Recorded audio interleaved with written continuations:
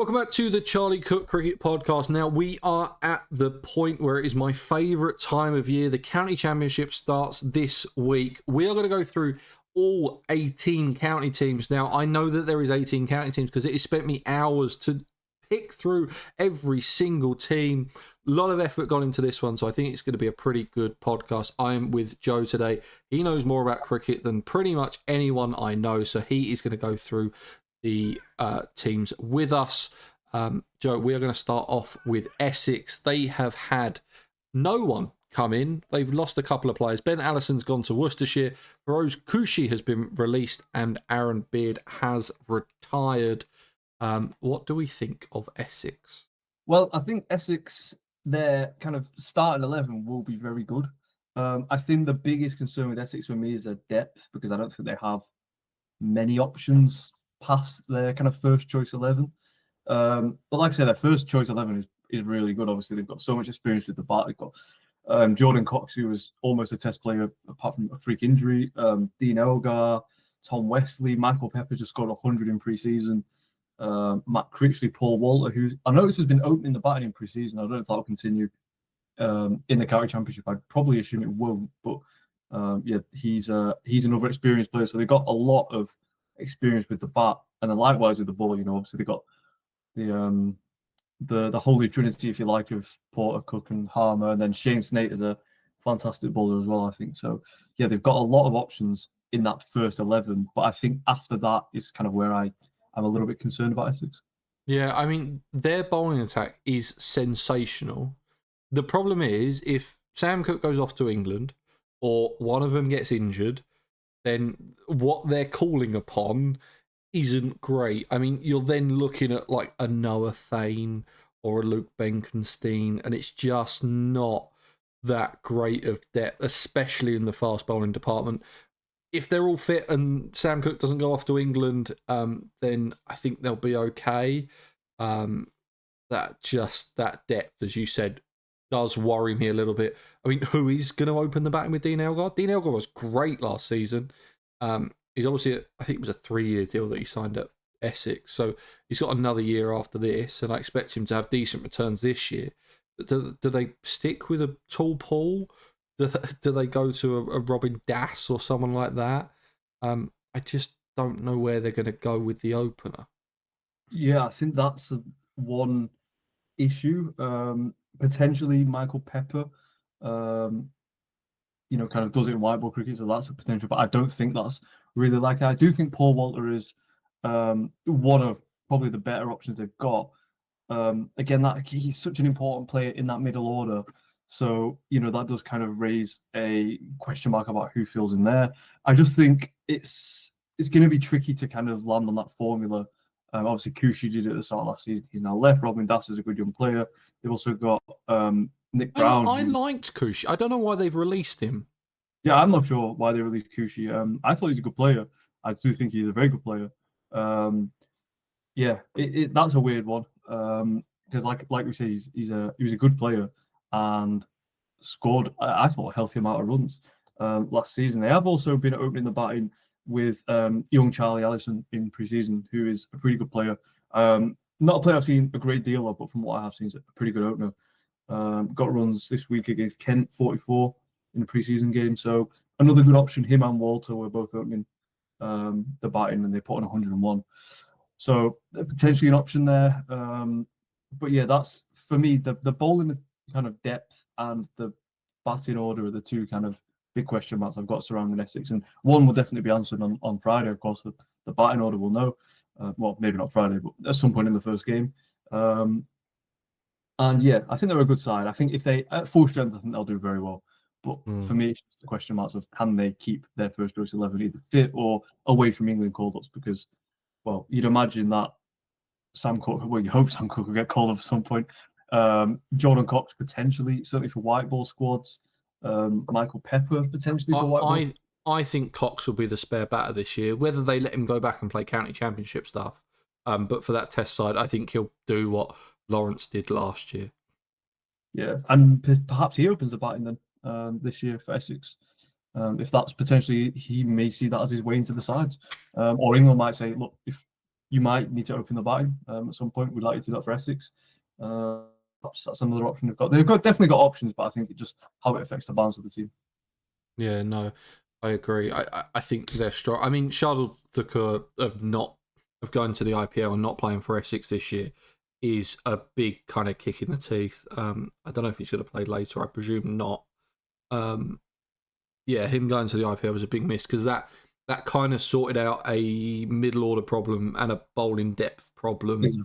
Yeah, exactly. You move one of that middle order up to open, just work it out from there, and then if one of the bowlers do get injured, then you do have test quality backing it up. So I think he's going to be a massive miss. I think they are going to lose probably Cook and Cox during the test matches. Now, I don't think the test matches actually overlap that much with county championship stuff.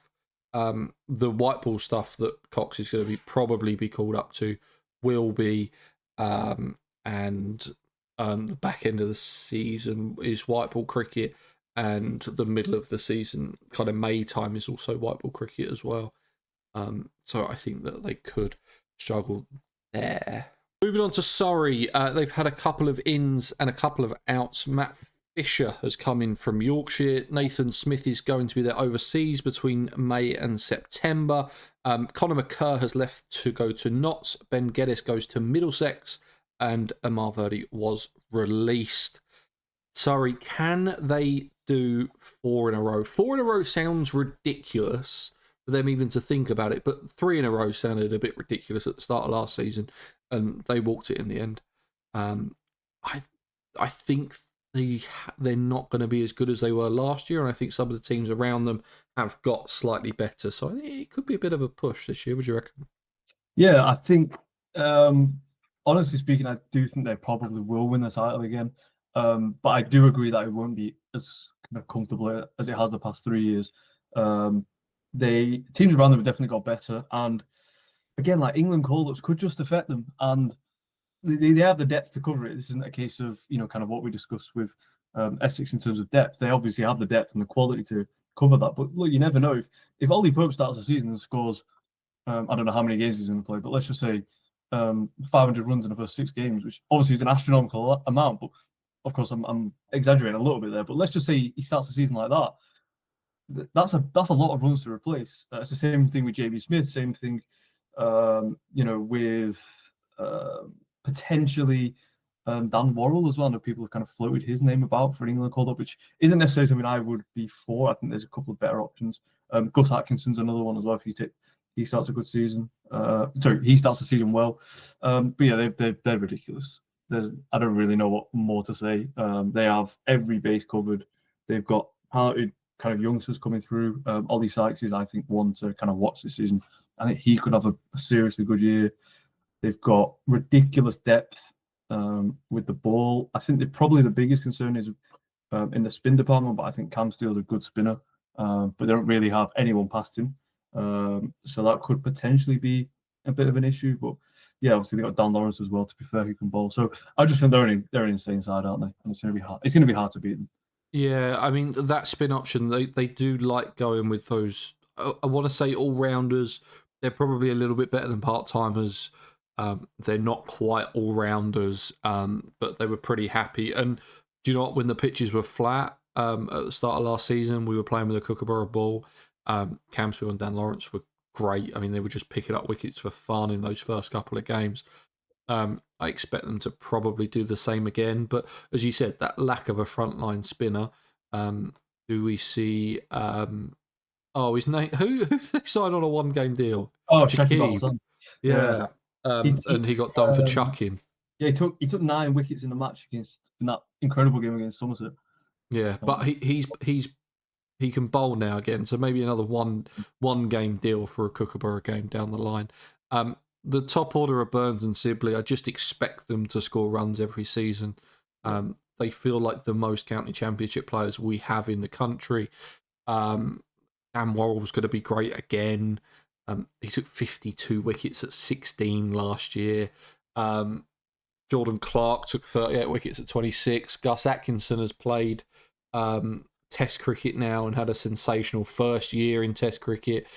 They've got Nathan Smith, who's looked really good for New Zealand. Also got They also got Kemar Roach back as well. Kemar Roach is back, and I didn't even say it because he signed since I did my notes on Surrey. Matt Fisher from Yorkshire, who was really good for Yorkshire last season. They are just inundated with talent. It's crazy. It's crazy. And that's before they're going to have a top six of Burns, Sibley, Pope, Lawrence, Smith, Folks. Yes, it's ridiculous, isn't it? They are the most complete Red Bull side domestically I've probably ever seen. Certainly to my kind of memory in my lifetime, it's ridiculous. They are a joke of a side. And look, people say kind of money and Surrey are rich and all. Sure, they have a lot of money. They also produce a lot of these players. Like, let's give credit to their academy. They produced Pope, they produced Smith, they produced Folks, they produced Atkinson. They produced Will Jacks, they produced Sam Curran, Tom Curran, or these potentially more white ball players, you could argue, but they still produced all these quality players. And another player who I really like is Tom Laws.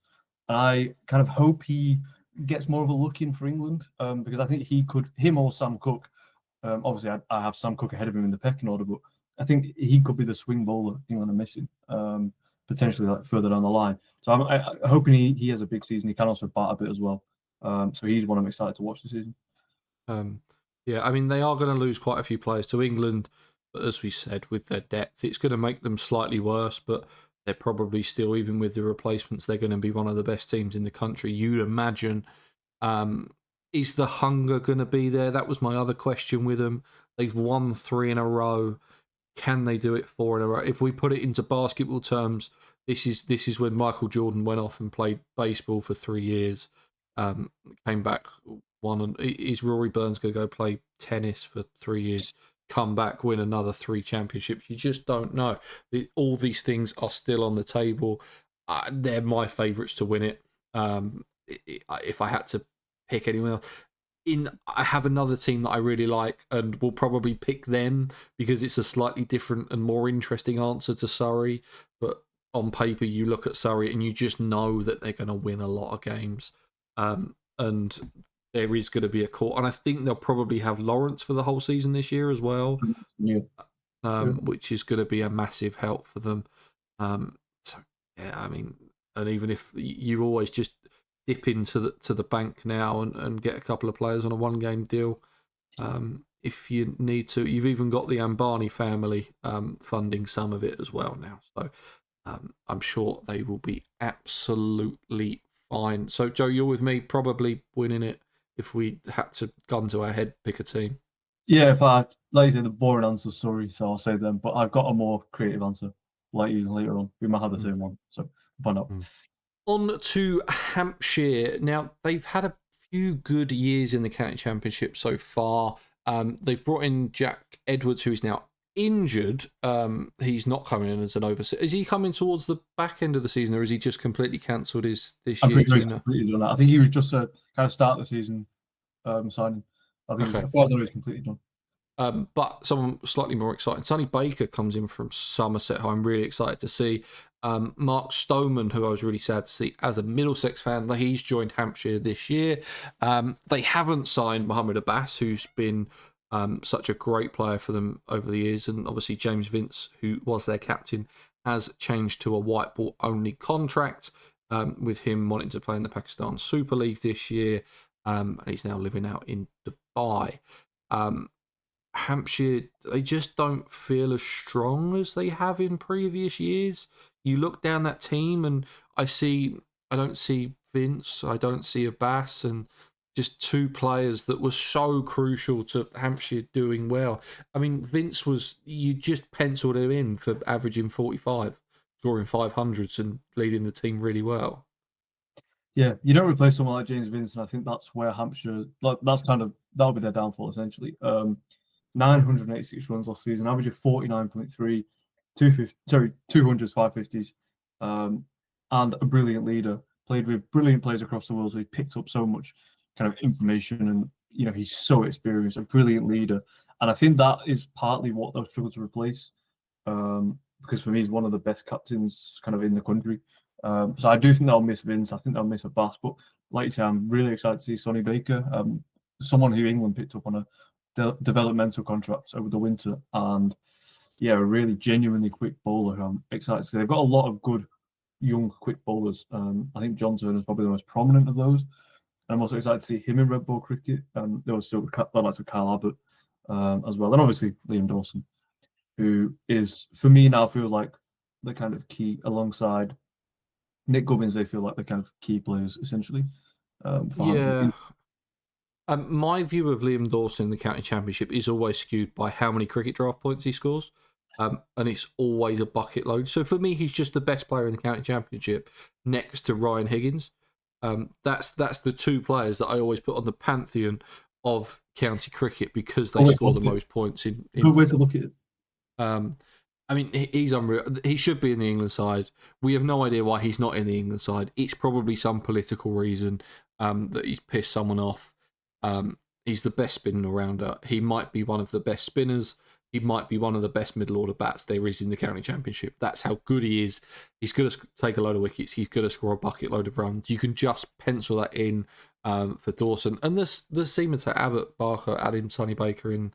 I really think that Sonny Baker's going to play quite a lot from the conversation that he had with Wisdom on their podcast. I think it was last week. And I don't know if you listened to it, but he sounds like an incredibly switched on kind of, what is he now, 21, 22, something like that? He's only quite young, yeah, early 20s.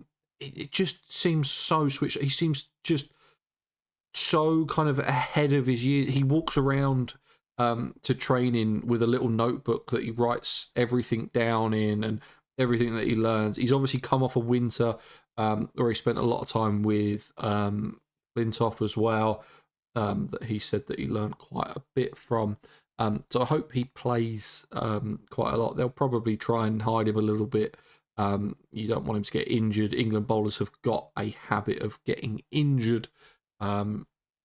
One of the things that I also noticed is that they're probably not going to lose any players to international duty. There isn't an England player in this side, is there? No. Well, potentially John Turner to white ball cricket. So that could potentially come into it. But across the kind of like overall, I should say, not really. Liam Dawson potentially, obviously, he gets called up, but I don't think that's doesn't really seem likely. So I don't really think so. Yeah, they're a good side, and again, at their kind of full strength, I think they'll do okay. I don't think they'll do as well as previous years.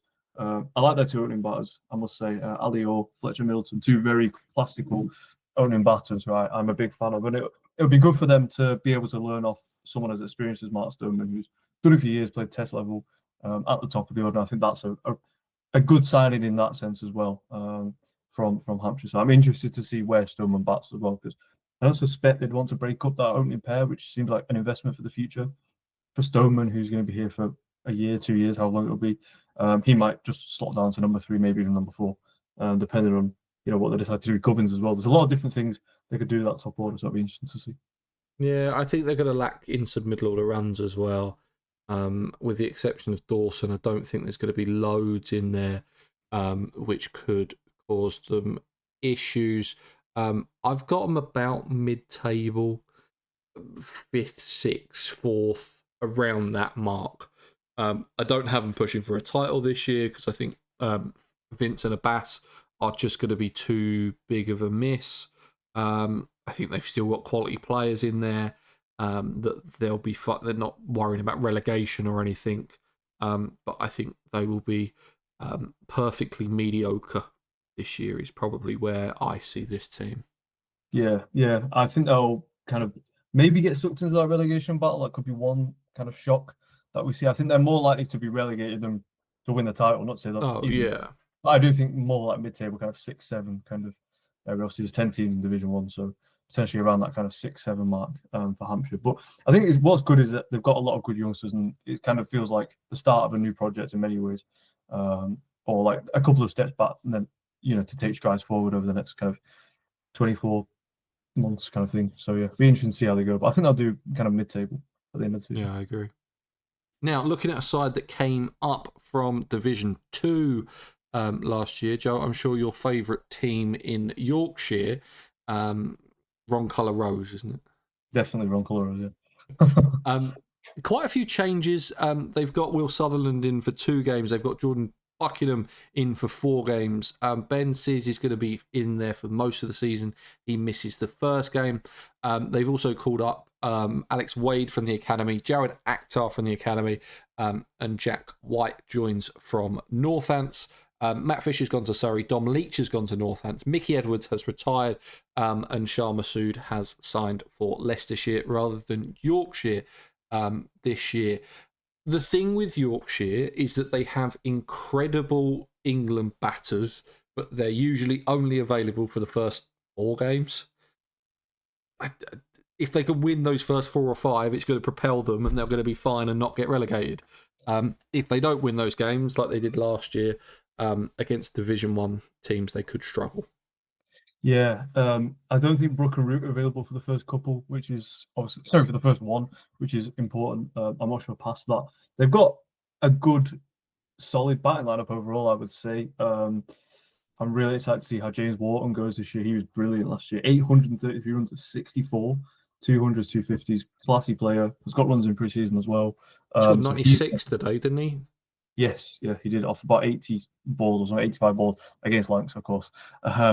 So yeah, it'll be interesting to see how he goes. I'm really excited to see how Johnny Bairstow goes as well.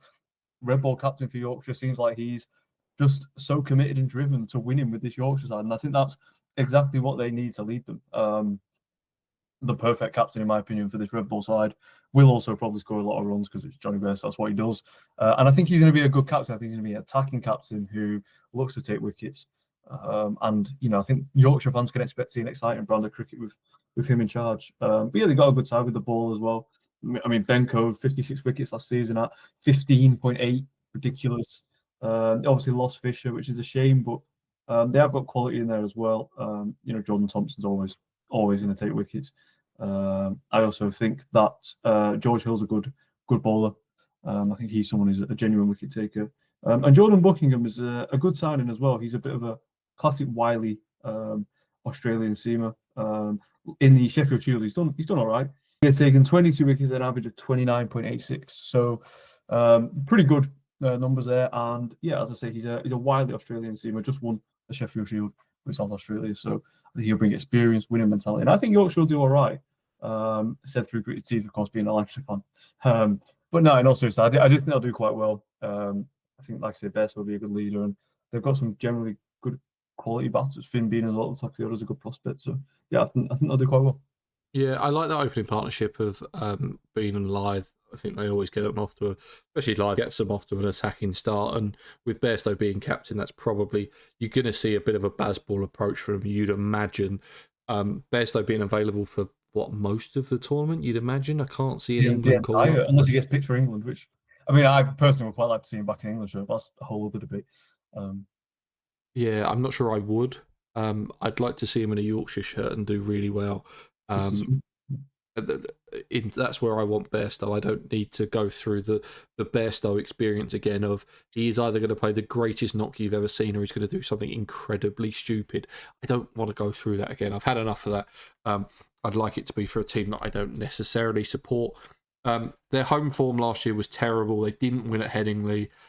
They had 5 draws. The only 2 home wins they had were both at Scarborough. Root and Brook are obviously going to be up in the air of when they can play. The spin is worrying while Dom Bess and Dan Moriarty look good on paper. Bess was average 58 last year. Moriarty averaged 64. Coming to those kind of Kookaburra rounds and late on in the season, you're going to need your spinners to step up. And if they're not going to, then I'd start to worry about that slightly. I could have them in a bit of a relegation scrap this year, depending on how long they've got Root and Brook for.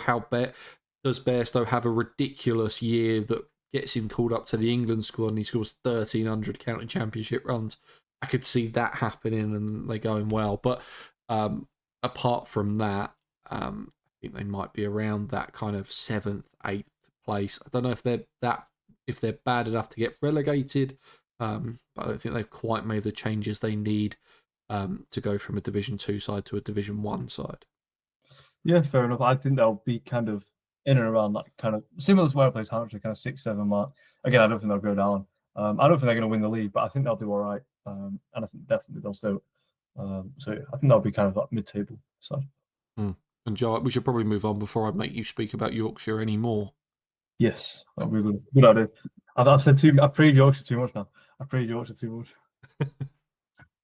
So it's been 134 years or whatever it's been now that Somerset have been in the county championship. They still haven't won it. Okay, there's talks of it's never going to happen. They are just a completely cursed county. I think if you had to pick a year, this might be their year. They're going to have Matt Henry since from the middle of April till the end of June. A couple of outs. They've had Sonny Baker go to Hampshire, Ned Leonard go to Glamorgan, George Thomas go to Sussex, Ben Green goes on loan to Leicestershire, and Bashir is on loan to Glamorgan for the month of April. I think they've got a pretty good, well-rounded side. And another addition to that is obviously Will Smead is now on a red ball and a white ball contract, so you'd imagine he wouldn't change that if he's not going to be picked in that red ball side. So we could see Will Smead playing red ball cricket again, which is very exciting. Yes, I would agree with that. I think Somerset are a good side. Of course, I mean, they almost won a treble last year and ended up with no trophies, which is a shame because I think the nation wanted to see them win something, didn't they? Didn't Lancs do that the year before? Where they finished second and everything. Didn't they finish second in the county championship? Second, they lost in the final of the one-day cup. I don't think. I can't remember off the top of my head. Maybe I've blocked it out of my memory. It has happened in recent years, though. I thought it was either 23 or it was either 22 or 23. I'm pretty sure it happened. We lost the blast final to Hampshire in 22. We didn't go to final. I think it was that one. Yeah. Yeah. I bought it out of my memory.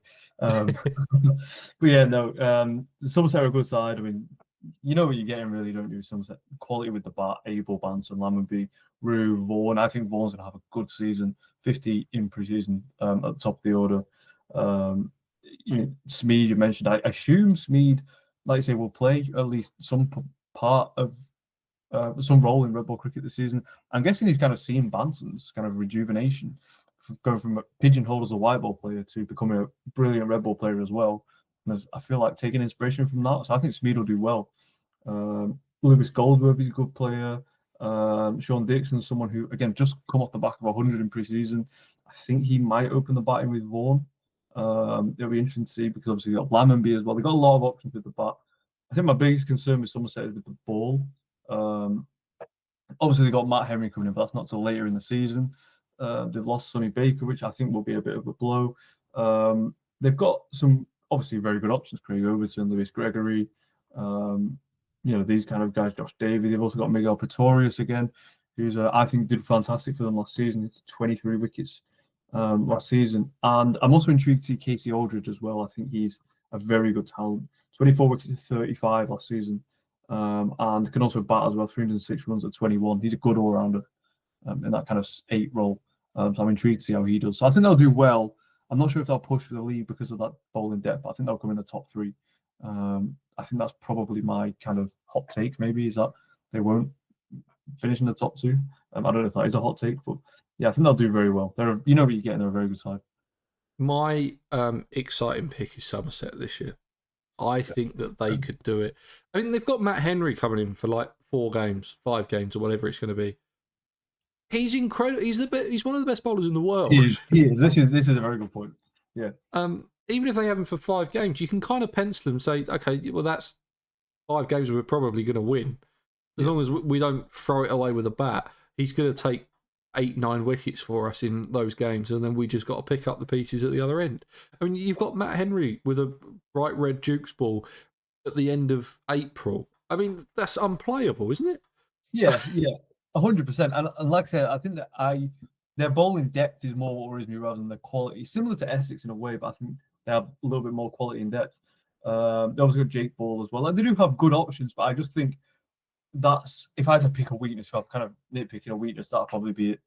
Jack Leach, I assume, will have another very good season. 45 wickets last season at 22. Again, the good thing about Somerset is you know what you're getting. You're going to get genuine wicket takers. You've got Leach, Gregory, Overton, pencil Henry as well. Pencil those in for kind of 4, 5, 6 wickets a game. at least, and you know what you get in runs wise. You've got Abel, Banton, Lammonby, as I said earlier, Rue, even Vaughan. I would include in that now. I think Vaughan's becoming consistent already. So I think, as I said, I think you know what you're getting with them. They offer kind of lots of, I guess, variety. You've got aggression in the middle order, Banton, these kind of guys.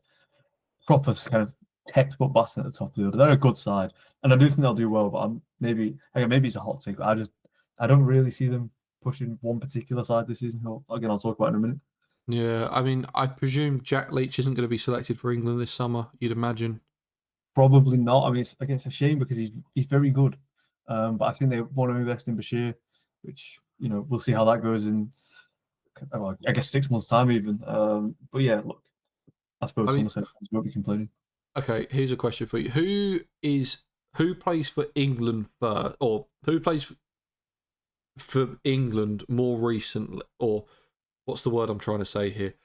Who plays for England sooner? Is it Jack Leach or is it Archie Vaughan? That's a good question. I probably say Jack Leach. I assume Jack Leach will also go to the Ashes, and they might want experience in Australia. I would say Jack Leach. But yeah, I do think Vaughan will play. Will be a Test match opener one day. So, and he's a genuine off spinner as well. He's not part time. He's really, really good with the ball. Vaughan, you mean? Yeah. Yeah, 15 wickets at 20 last season. So best of six for 102, a wicket taker. Goes at twos. I just say he's a genuine off spinner. He's not just some kind of random part timer, and he could do a job kind of probably in the middle order as well. As younger players naturally going to be a little bit more aggressive, as is kind of this generation. So yeah, I think he's a very good player. He's one I'm excited about this season. I think he'll have a good year. Yeah, no, I agree. They are going to be my pick. They're my exciting pick to win it. And Joe, you're going to go them not finishing in the top three, which I think is. No, I think they'll come third. I think they'll come third. Okay. Yeah, so I'll say them third. Okay, that's fine. I've got them winning the whole thing. Somerset fans, 134 years of hurt is going to be over. You're going to win it this year, but you could very well bottle it. Moving on to the next team, Worcestershire. They have signed Jacob Duffy from the second game till the end of June. Ben Allison's gone to Essex. Fatih Singh's has come to Notts. Ben Allison's come from Essex. Joe Leach has retired. Josh Cobb has been released. And Nathan Smith has gone to Surrey instead of Worcestershire this year. They're not a side that fills me with anything.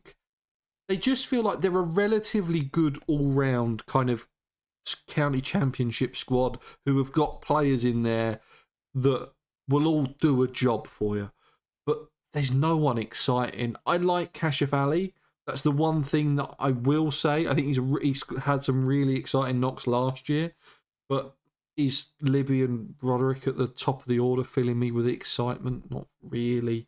But they'll probably both average like 39, 40 and just get them enough results. I mean, they were my pick to go down last year, and they proved me wrong. I think they just lack a bit of star power in this side. Yeah, I think, well, firstly, Worcestershire's season last season was incredible. For me, they were the kind of side of the year. Everything that they went through off the field, the tragic passion of Jock Baker was awful. The flooding of New Road as well. Everything that they went through, and to stay up to fight relegation was incredible. So I do think that they were probably my kind of team of 2024 overall.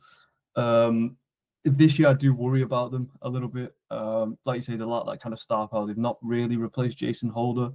They've not really replaced Nathan Smith, and I think that's my biggest concern. Duffy's a good player, but he's not Holder, he's not Smith. These are kind of, maybe Smith's not world class yet, but I'd say Holder's certainly a world class operator. Kashif Ali is someone who definitely excites me, as you say. And with the ball, I really like Jack Home. He's a very exciting prospect, probably one of the most exciting, intriguing fast bowling prospects in the country.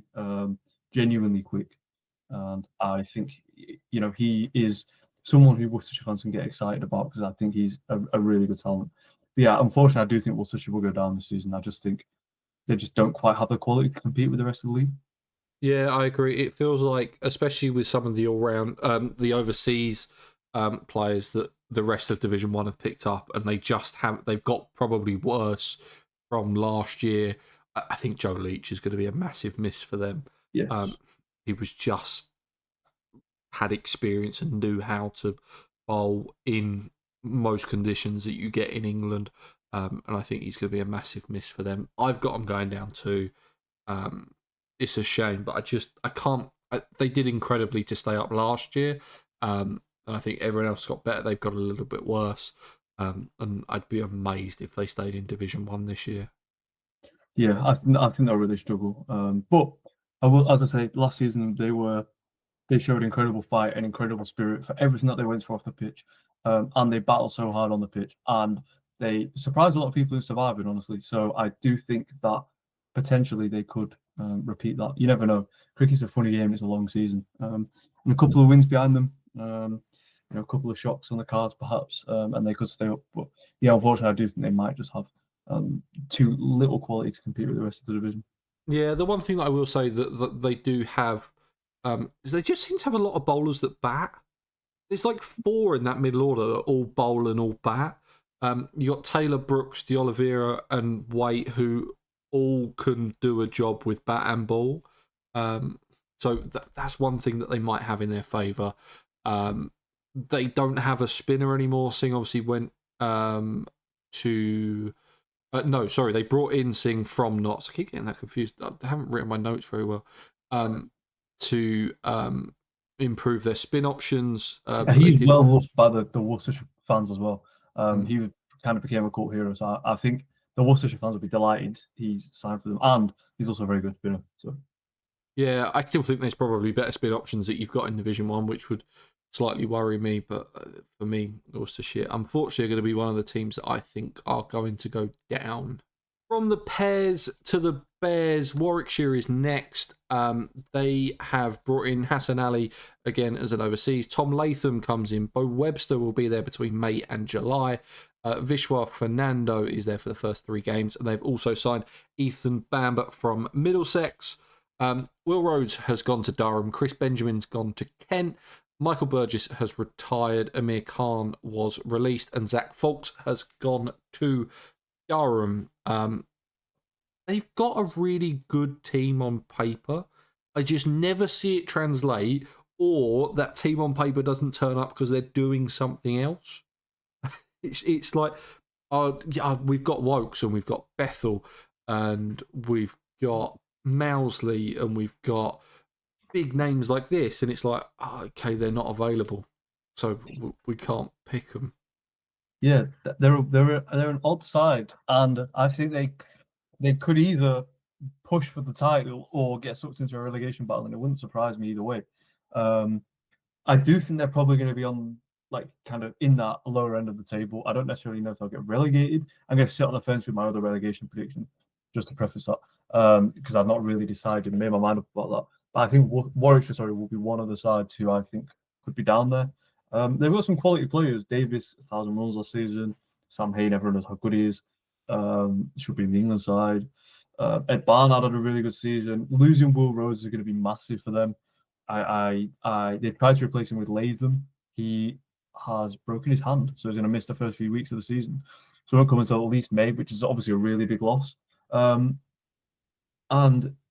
yeah, obviously they've also brought in Bo Webster, who, well, we saw how good he was over the winter for Australia, and also ball off spin as well as his little dibbly-dobbly seamers, which are incredibly effective.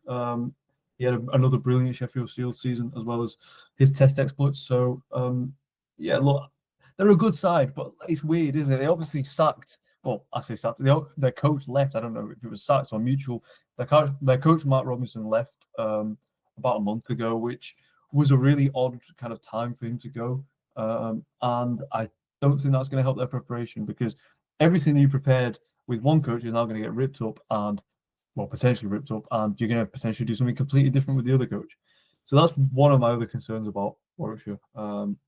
They've got some good bowlers. Hannah Dolby's obviously so consistent, 50 wickets last season. Ed Barnard's another one who's took 25 wickets, another good bowler there. Obviously, as we say, bringing in Bo Webster, but I just worry that they could potentially get kind of sucked into that relegation battle. Yeah, I'm with you. I could really see them pushing for a title because I think they've got some really good players coming in. But I just don't know when they're going to be available. You'd imagine Wokes is going to be with the test team for half the season. Okay, he's probably not going to be involved with the white ball cricket stuff.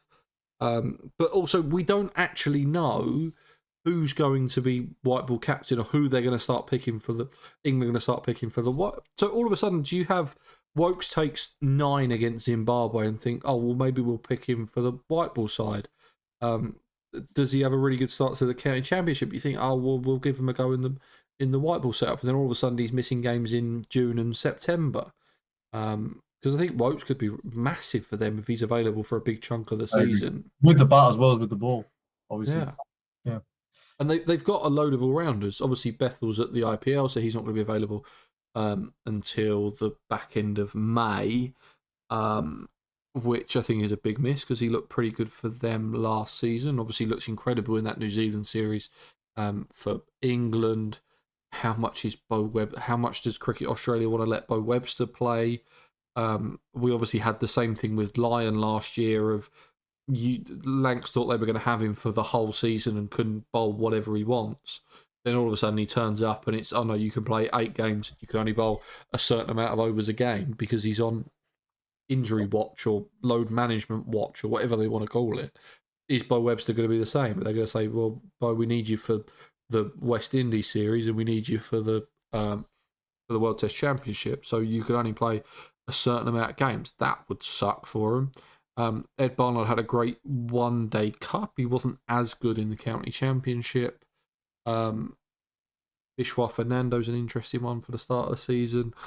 I like Ethan Bamber as a Middlesex fan. I thought he played really well for us. I'd be amazed if he doesn't play. I also like Ethan Bamber. I think he can be a little bit expensive at times, but he's a wicket taker. And sometimes wicket takers are naturally going to go for a couple more runs. And to me, that's a perfectly fine trade-off because he's going to take wickets. And he's done well in pre-season as well. I'm a big fan of Ethan Bamber. I thought it was a great signing and a big loss for Middlesex, which I'm sure we'll talk about later. But yeah, I thought it was a brilliant signing, absolutely. That one. It kind of surprised me because obviously he's been a Middlesex lad his whole life. So obviously, I'm sure there was various reasons behind the move. But what a signing! We didn't pay him. That's the only reason that he left. Fair was enough. That he said, I'm worth more than what you're paying me. Middlesex said, okay, we can't afford to pay you that. And he said, okay, I'll piss off. And Warwickshire signed him. First, well, I guess Middlesex has lost Warwickshire's game. Like I say, he's a genuine wicket taker, quality player.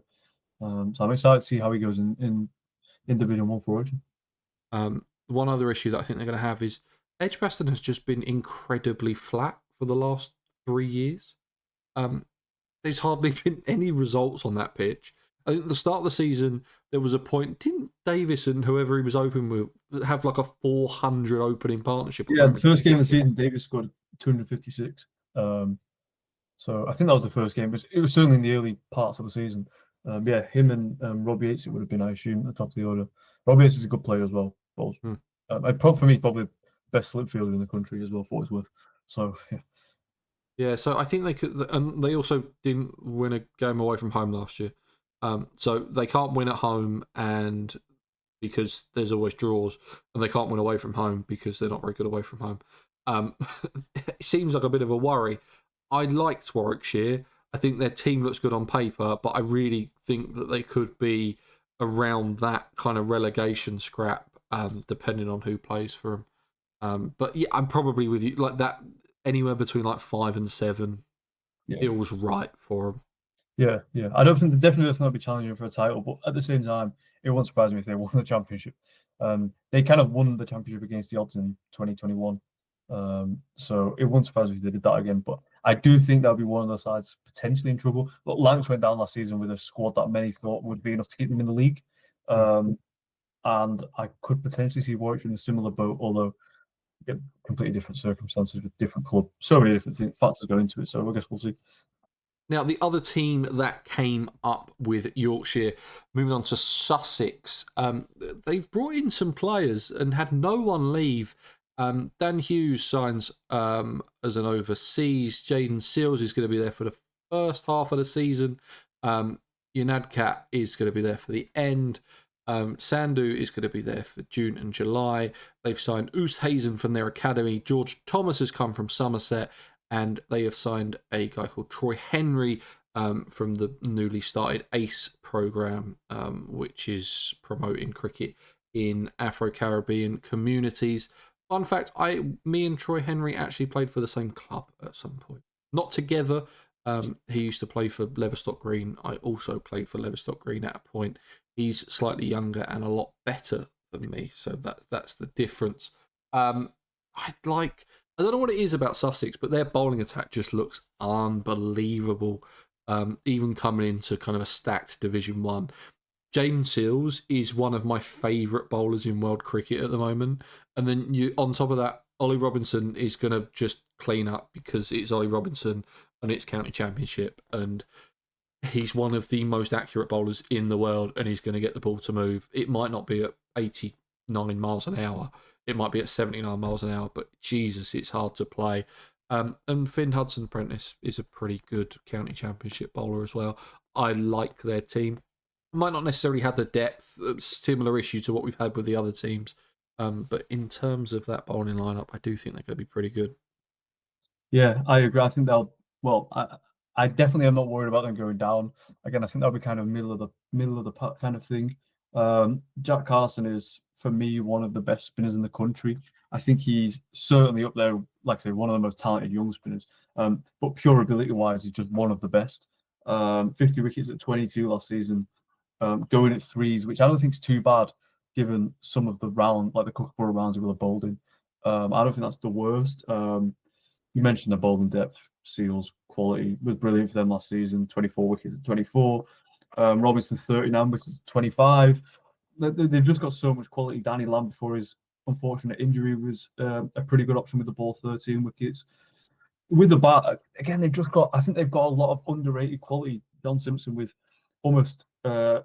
just over 1,000 runs, 1,197 at 74 was brilliant. Tom Alsop, one short of 800 runs. Yeah, I mean, John Simpson was by far the signing of the season last year. I would 100% agree. I can't believe, again, there might be financial reasons or this, that, and the other that went behind it, but I can't believe he didn't stay at Middlesex. That was such a big... No money again. Loss. Yeah, exactly. Look, I think they're a good side. I think Tom Haynes is one of the most underrated kind of openers on the circuit. I think he's brilliant. 819 runs at 40 last season, and that's what you need from your opener. You need your opener to go and get those 40s. He didn't score too slowly either, striking at 68, and that's a good start to kind of get your side off to. 300s, 250. I think he's one of the better kind of openers on the circuit. Very underrated. And I will say this about Dan Hughes: I think firstly he's a quality player. I was a little bit worried about his essential lack of game time because he got injured at the start of the Big Bash and basically hasn't played. He's just got runs in pre-season for them, so I think that's massive that he's coming into the season off the back of runs. Not that I'm doubting his quality or anything like that. It's just more his kind of not overs in the bank because he's a batter, but the equivalent of that. And yeah, I think he's a fantastic player. I'm excited to see him in Division 1. One of the kind of players I'm surprised never played for Australia. He's never been capped, particularly at ODI level. A great player, so I'm excited to see him go about his business. Yeah, I like this Sussex team. I think they've got quality up and down it. They won Division 2 at Cantor last year. They made it look really, really simple. And I think they're going to be fine. Again, I can see them slotting in around that 4 to 7 spot. I don't think they need to worry about relegation. They're not Surrey, Somerset, Durham level, but they are kind of I'd say they're around that level below of Hampshire, Yorkshire, Warwickshire, around that kind of level. I'd probably have them as a better side than Yorkshire when Yorkshire don't have Root and Brook to fall back on. And also, they're not going to lose any international players, with the exception of their overseas, that they've managed to space quite well because you get Seals go and then an Adcat come in. And they've still got Hughes the whole time, so still got a lot Yes. of experience. No, I like them as well. I've already mentioned Jack Carson, but I just want to say again, I think he's going to have a brilliant season to the point where he could potentially get on the plane to Australia if he does well enough. That's how good I think he is. And I'm fascinated to see how he goes in Division 1. I basically, what I'm about to say is basically just going to completely contradict what I've just said. I don't want to put too much pressure on him, which I essentially have just done there. But no, I think he's an absolutely brilliant player, brilliant spinner. And Yeah, I think 22, just pure class. Yeah, no, I agree. As long as they can get over that jump from Division 2 to Division 1, I agree. they should be fine. Moving on to Nottinghamshire, a lot of changes there. Carl Verena comes in for 12 out of the 14 games. Fergus O'Neill's going to be there for April. Abbas is going to be there from the middle of May and at the back end of the season in September. They've called up Travis Holland from their academy. I can't pronounce your name, I'm sorry. And Tom Giles has come up from the academy. Conor McCurt signs from Surrey. They have released Tom Fletcher. Tom Lawton has retired. Toby Petman has retired. Batia Singh has gone to Worcestershire. Jacob Duffy went to Worcestershire. And Dame Patterson has signed for Middlesex. So a lot of change in that side. They do still have a pretty good batting lineup, though, in Ben Duckett, Hasib Hamid, Joe Clark, Ben Slater. That top four should score them some runs this year. I think that they will do very well. You mentioned some of the batters there. They've also got Verena as well, who averaged 248 for them last season. I mean, he only got out once, but 4 innings he scored 248 runs, 150 in that time. So brilliant Test match quality player. Is going to be here for almost the entire season, bar the World Test Championship kind of period.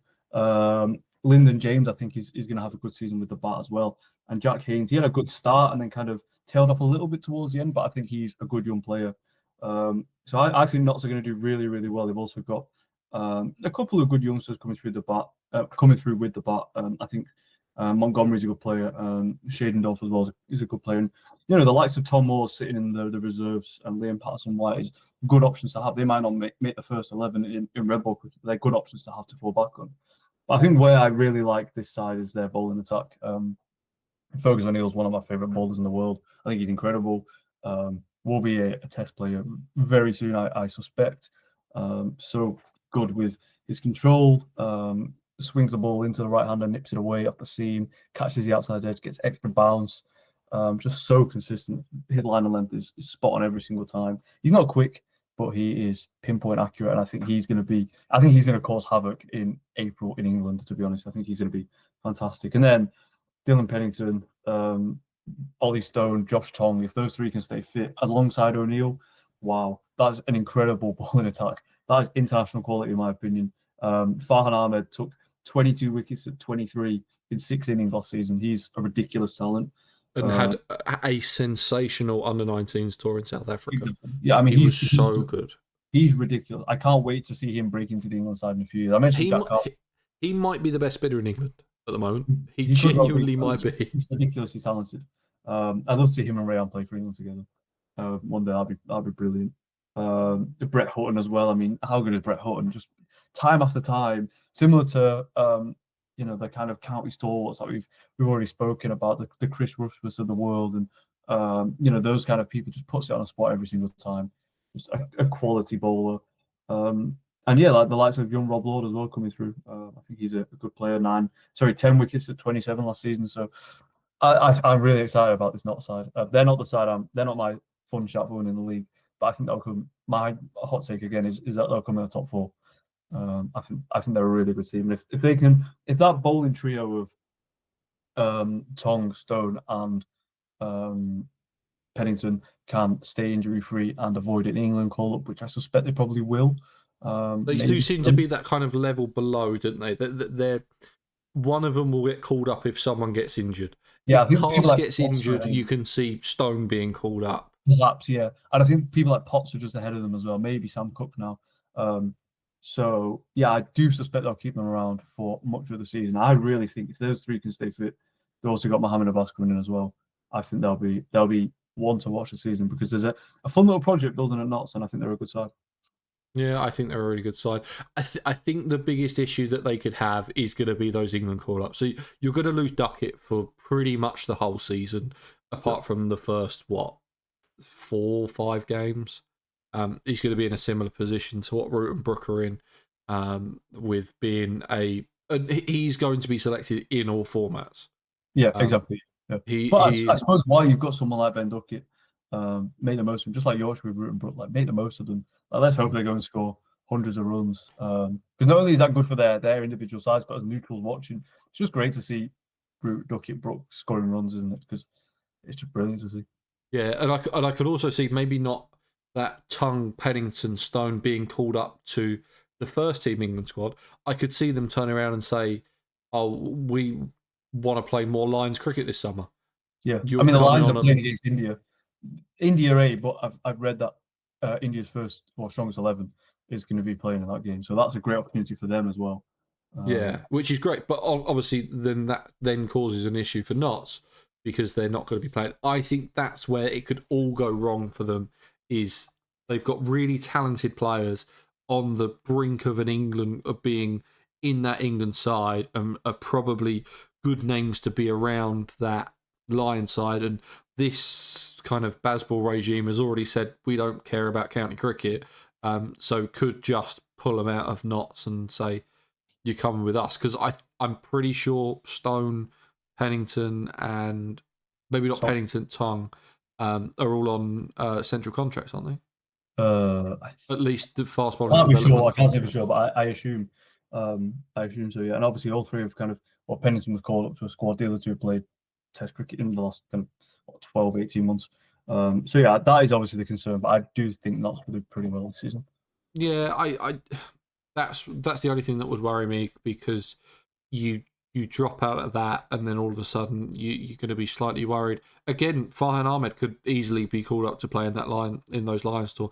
I would imagine that in those two India games aren't going to be the only games that the under-19s and the Lions play this summer.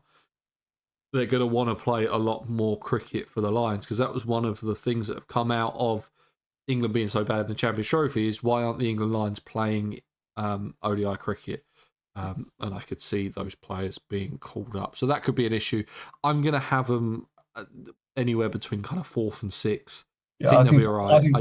I think 4 or 5. I think they'll be kind of competing with Essex for that 4th spot. Yeah, I don't think they'll get relegated. It does feel like it kind of has the ability to all blow up in their face and go completely wrong. A little bit like Warwickshire were for me, of just saying, oh no, it's gone really wrong. And again, because it's a test ground and all the test grounds at the moment are flat, that they could just draw a load and then lose all their players and then lose some games at the back end of the season. All of a sudden, they're in a bit of a relegation scrap. I could see that happening, but that's probably a 2 out of 10 chance. Them being solid 4th, 5th is probably more of an 8 out of 10 chance. Finally, in Division 1, we move on to the final team, and Joe's been holding off of his exciting pick, and we've only got one team left. Joe, I'm going to let you go with Durham. Before, I am just going to do the ins and outs. Emilio Gay has signed from Northants. Sam Connors has come in from Derbyshire. Will Rhodes from Warwickshire. Michael Jones has gone to Lancs. Jonathan Bushnell has been released. Brandon Glover has been released. And Oliver Gibson has been released. Joe, Durham, what do you like about them? Why are they so exciting this year? I like everything about them, really. I think they're very well. That's a very generic thing to say, I know, but I just think they're a really well-rounded side.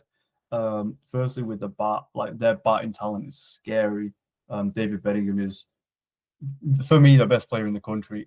Like just generally, obviously, I know he's an overseas, but I think last year on the county circuit there was no one better than him.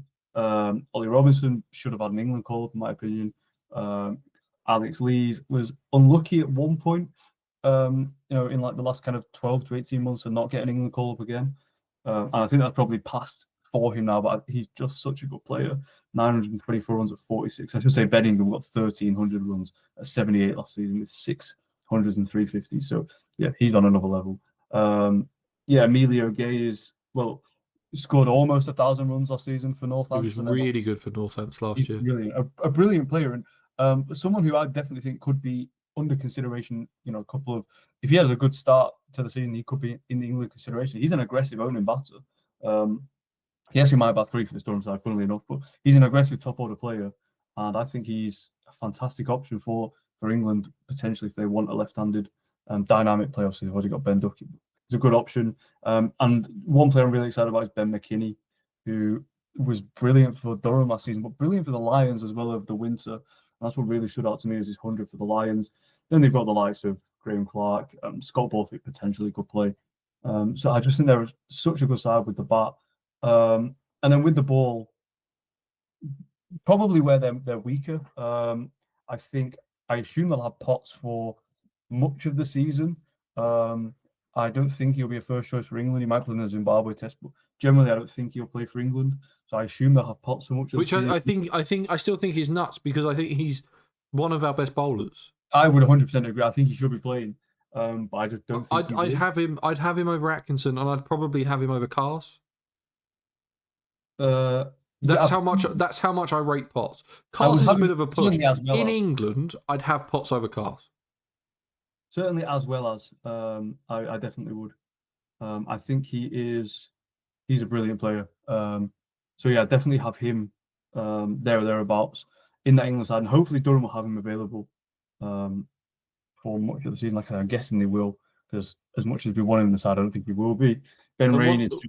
Sorry, one more thing on Potts is that I really like about Potts is that he always goes out of his way to play for Durham.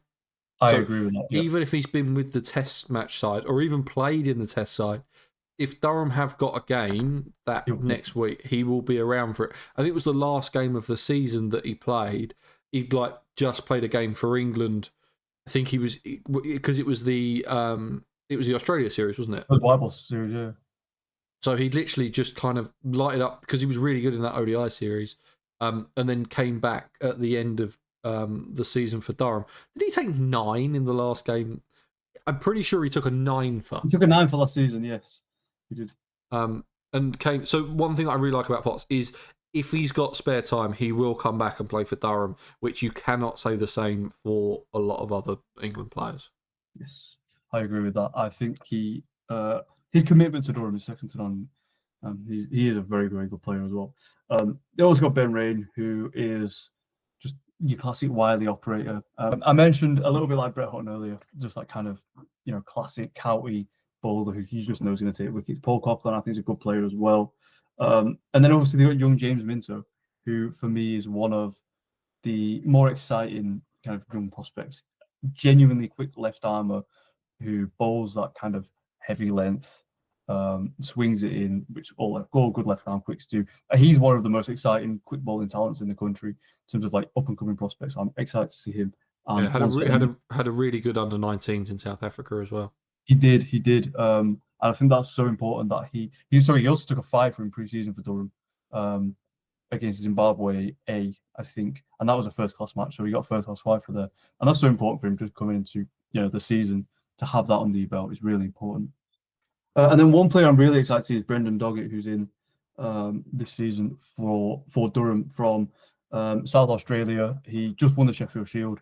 And he was really good. Again, just your classic Australian seamer, 33 wickets at 24 in the Sheffield Shield. Took a 6 for in the final. And I just think he's a quality operator. And I think that kind of signing for Durham is really exciting. They've also brought Neil Wagner back as well for the end of the season. So to have that kind of experience and quality, Brendan Doggett is someone who, for me, is kind of the best of the rest in terms of the Australian seamers. Obviously, the big 3 seamers are hard to displace, but I'd say Doggett's up there. I just think Durham are a near perfect side. They've also got Callum Parkinson, who's a fantastic spinner. I just think they're a brilliant side. And like I say, the fast bowling is potentially the only weakness. Is that do they have that leader of the attack who's going to take wickets? But they do have Potts plays, so that shouldn't be too much of a concern. They might also have Cars as well at the start of the season, or whenever he gets over his injury. So I just think they're a quality side. And if anyone's going to push Surrey, I think it'll be Durham. Yeah, I mean, no Stokes at the start of the season either. He got ruled out today, which is always a real. I really like it when Stokes plays for Durham, because especially when they were in Division 2, and he came back and just smashed 6s for fun. That was always fun to watch, and I'd like to see Stokes in the Championship last year. So, but we aren't going to see that, and that's kind of understandable. I think he only has a certain amount of games left, and you probably don't need them to be on a cold night in April between Durham and Worcestershire. You probably don't need to see that. So I understand why he's not playing. I'm with you. I like Callum Parkinson. I actually think he's the better of the Parkinson brothers in terms of spinners, and he can bat a bit. I'm not going to put too much on his batting ability, but again, you're comparing it to his brother because it's the obvious thing to do, and he's better in that department. I think they lose quite a few players to international duty, unfortunately. You're going to lose Cast. I think you lose Potts as well. I really hope that they see what I see in Potts and play him, because I think he's also our best option for Australia. Again, don't disagree with that. Yep. I think he could be really good in Australia. Who else are they likely to lose? That's probably it. Crawley has a terrible start to the India series. Does Ben McKinney come up? Perhaps, yeah. I think the fact that he's been playing in the Lions is kind of an example of the fact that he's on their mind, I guess. Obviously, Emilio Gay as well is someone who I think, as I mentioned earlier, would make a fine opener in Test cricket. There are a lot of good opening batters, aren't there? And I think for someone like Ben McKinney to get into the side, he'd have to have an astronomically good start to the season. And obviously, Crawley would have to struggle, or Ducky would have to struggle. That seems less likely they're going to drop Ducky, obviously. But yeah, it's that's an interesting one. And again, maybe they decide not to rush him, but we know England likes to, kind of back young talent. So maybe they go for him. Yeah, I've got them quite comfortably in the top three. I think the title is between them, Surrey, and Somerset. I think they've got a really good team this year. And I thought they were going to do better than they did last year. And what did they finish? What was it, 4th, 5th last year? Yeah, I think it was 5th. I thought they would have done better as well, actually. But they've had a good off-season. They've recruited really well. And yeah, they've also signed, sorry, I completely forgot to mention, they've also signed Sam Connors as well, and Will Rhodes. So they're two players who, I mean, Will Rhodes is quality. We talked about him a little bit before about how big of a miss he's going to be. Sam Connors has played for England Lions. Again, another good quick bowler. Completely forgot to mention him, and that adds more depth to their bowling department. So yeah, I think Durham are a very good side. For me, if anyone's going to win it, that's not Surrey. I think it'll be Durham. So my exciting answer to win the championship is Durham, but sadly, I do think Surrey will still do it. Yeah, I'm going to go with top 3. But that is Division 1 wrapped up. We're going to take a quick break and we'll be back to do Division 2. To Division 2, we started off with Northants. They have signed Matt Bretsky. Unfortunately, he was picked up in the IPL, so he's only going to be available. But it should be a few games after the IPL finishes. Chahal is going to be there from June till the end of the season. Harry Conway is going to be there from May. Dom Leach has also signed. They've lost Emilio Gay to Durham. George Gowler has been released. Alex Russell has been released. George Weldon has been released. And Jack White has gone to Yorkshire. I think some of those signings that they've made, I like the Bretsky pickup. I like the Chahal pickup. I would have liked Bretsky's pickup if he was there for the start of the season as well. But obviously being picked up at the IPL, you can't expect him to play the county championship over the IPL. It's probably a slightly bigger payday to be in the IPL rather than Wantage Road. They've got a new coach in Lehman as well, so it'll be interesting to see how he goes. So what do we think of Northants? Well, I think Northants are actually quite a decent side. I mean, losing Gay obviously is a big blow. The responsibility for runs this season is going to be on Vasconcelos, who I think is a fantastic player. 708 runs last season at 54. Luke Proctor, another great player. Obviously seen him a lot at Lancs in his earlier days. Brilliant player, brilliant opening batter. 923 at 48 last season for him. Same George Bartlett, again, another good player who's kind of really found his feet since leaving Somerset. And it's good to see him scoring runs. Saves Zabe, I have high hopes for across formats, but I think he'll do well in red ball cricket. It's that kind of explosive, dynamic middle order batter who's obviously a very handy off spinner. And the man I'm really excited about is James Sales, David Sales' son, who last season was brilliant. 364 runs at 60.66, 200s in there as well. High score of 135 coming against Leicestershire. He's a really good player. Someone very good off the front foot. I think he's going to enjoy kind of batting in those early kind of months without, kind of lack of balance. I think he's scored a lot of runs. And with Gay leaving, it does feel like someone's got to kind of take the onus and, kind of make up for his, kind of his runs leaving, essentially. I think Sales could be the guy to do that. He's 22 years of age, which is still fairly inexperienced, but I have high hopes for him. I think he could do quite well. And then with the ball, again, you've got Ben Sanderson. I keep saying it, classic wily county bowler who's going to take so many wickets. Yuvendra Chahal obviously coming back, just a brilliant bowler. he bamboozled players last season in high summer, 19 wickets at 21. I mean, he was just a brilliant bowler for them. So And yeah, Lehman said in a kind of pre-season interview that he did that he's just going to rip the wickets apart when he turns up. So expect that number to be that average to be a lot lower. it's going to turn a lot, isn't it? They're going to make it turn a lot. Yeah, I think Northants are a decent side. I don't necessarily see them kind of pushing for promotion, but they're at the start of a new project with Lehman, and I think he will kind of bring them into a good direction. Justin Broad's another good bowler, 19 wickets last season at 30.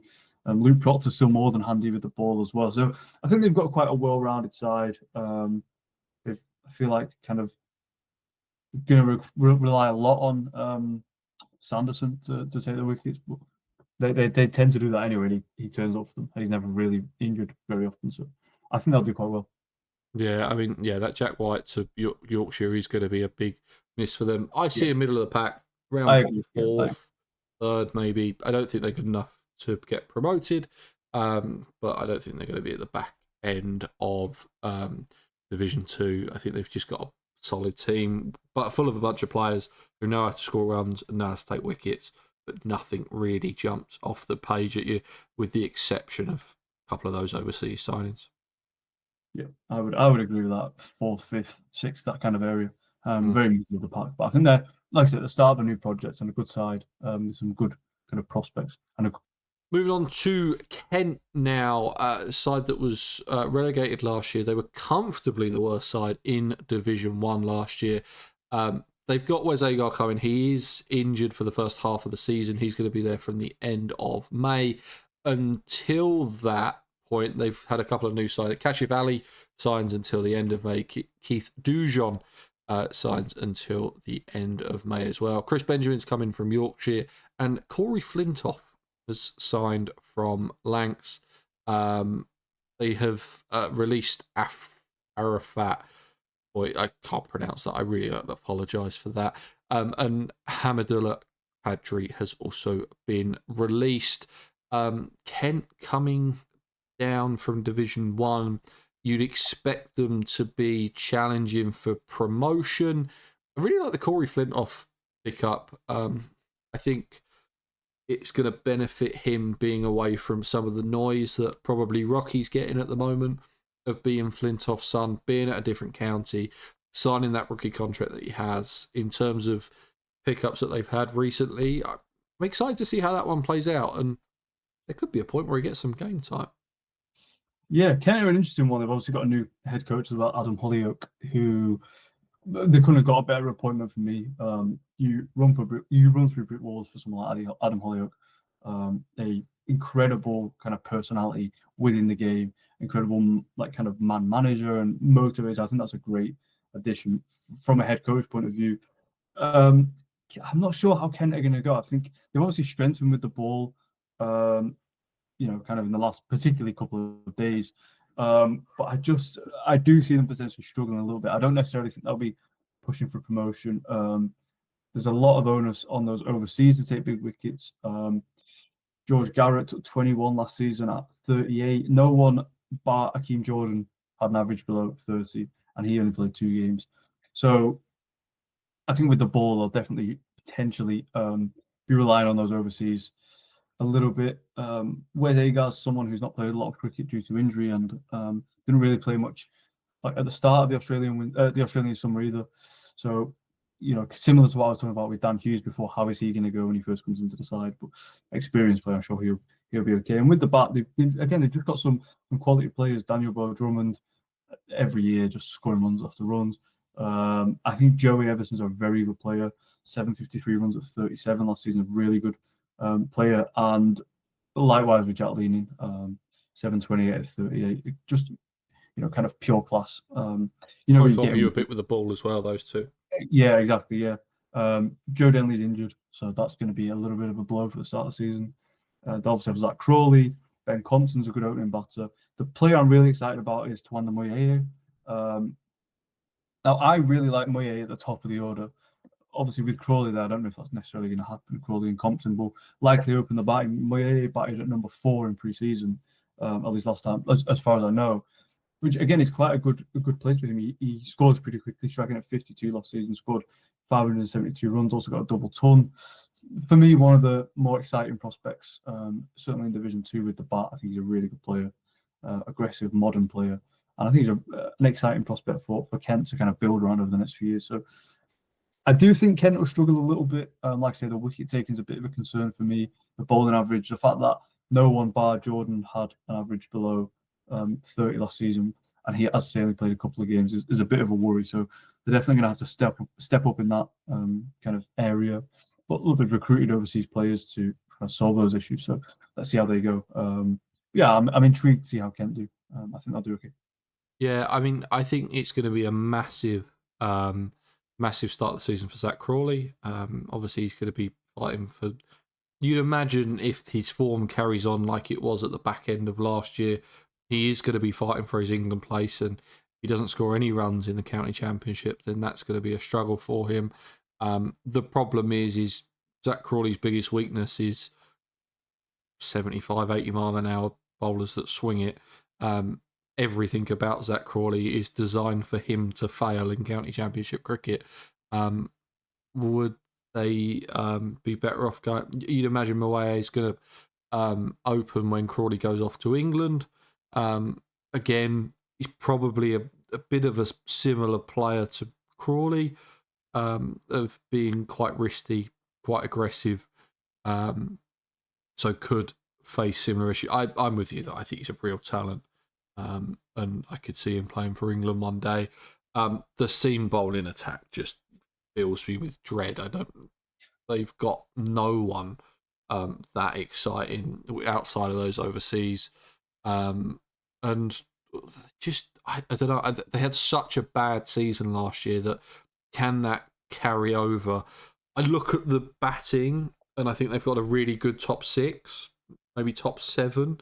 Jaden Denley as well. Sorry, I to interject there, but I do think Jaden Denley's gonna have a big season. Scored 100 in pre-season, and yeah, I think he's gonna have a big season. He's very kind of technical left-handed batter, very kind of classical, very good off the back foot. I think I've noticed as well. So yeah, I'm excited to see how Jaden Denley goes. Obviously, got I guess a lot to live up to in many ways with his surname, but hopefully that doesn't really put too much pressure on him because he's a good player in his own right from what I've seen so far of him. And yeah, as I say, 100 in pre-seasons.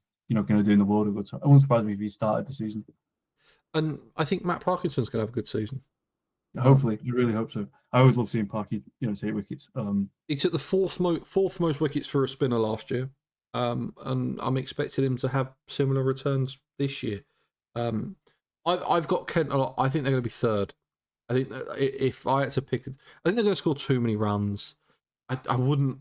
I think when you start looking at some of the teams down the bottom of Division 2, it's not going to be too hard to buy some wickets out of them. And I think that top 6 is going to kind of crush Division 2 bowling for some of those lower teams. You start facing Jimmy Anderson on something swinging and seaming, then yeah, it's going to be a worry. If you've got some of the kind of bowlers that maybe Glamorgan have thrown at you, then you probably be fine at the end. I think they're going to be fine. I don't think they're going to go up. There's 2 other teams that I prefer over them to go up, but third, fourth, around there. I think they're better than Northants. I don't think they're as good as the other 2 teams that I like to go up. But that's where I sit with Kent. Yeah, I think kind of around that kind of 5th mark, I would put them. And the bowling, I agree with the batting is very, very strong, but I just think their bowling maybe lacks a little something. And look, I'm intrigued to see how the overseas signings go because obviously they're brought in to address those issues. So it's all good as sitting here now saying, their bowling is kind of lacking. But in 2-3 weeks' time, we could turn around and say, wow, these are brilliant signings. And I'm sure that they been well identified and have been brought in for a reason, essentially. Yeah, and how many times is it? It doesn't matter whether it's the county championship, the IPL, the Test series, or whatever it is. How many times you say, well, I'm a little bit worried about this aspect of a team. Then all of a sudden someone steps up and has a season of their life and you think, oh, well, it doesn't really matter. We did the IPL preview and I thought, oh, RCB haven't got any spinners. And all of a sudden RCB have got 2 or 3 spinners that look world class. It happens sometimes. So that could happen with Kent if they can maybe pick up a couple of overseas to add on to what they've already got, then maybe they're in with a shout. But third, fourth seems about right for me. If you're going to go fifth, I've got no real arguments with it, I have to admit. Team that I have got on my list, Derbyshire, struggled a lot last year. They made Wayne Madsen their captain this year. I think 9 years on since he last did it, so it's nice to see him doing that. They've made some signings. Caleb Jewell comes in as an overseas. Blair Tickner comes in as well. They've signed Martin Anderson from Middlesex, Jack Morley from Lancs, and they've got rid of Sam Connors. He's gone to Durham. I think they've been pretty good in the overseas market, and the two signings that they've made, Jack Morley and Martin Anderson, aren't terrible either. No, well, I think Anderson, firstly, is a really good addition. I think he's a very good all-rounder. Morley, again, I've seen a lot of him. For Lancs, good wily left-hand spinner, gets in good areas, turns the ball a lot as well. And yeah, Caleb Jewell, he didn't really have the best season, to be honest, with Tasmania and the Sheffield Shield. Only played 5 games, 270 runs at 38. So yeah, 150, 100, but coming off the back of 100 for Tasmania and then scored 100 in pre-season. But I'm a big fan of his, and I think he's going to add some much-needed kind of steel at the top of the order. I don't know what it is about Australian overseas, especially when they open the batting in county cricket. I just imagine that they're going to come in and do well, whether it's Bancroft, whether it's Marcus Harris that have come in recent years. You just kind of expect them just to kind of get their foot down and score some runs. I think he will score runs, and like I said, I think they need that at the top of the order. I mean, I assume you'll open with Lewis Rees, who's been a kind of consistent opener for them for a number of years, and obviously formerly of Lancs as well. Wayne Madsen kind of needs that support, I feel like, from more than just Rees, Brooke Guest, and Aaron Donald. They kind of need to be some other kind of people supplementing Madsen's game, I guess. 1,005 runs last season, average of 50, 300s, 550s. You know what you're getting with Wayne Madsen. It's pure class, and he's a phenomenal player.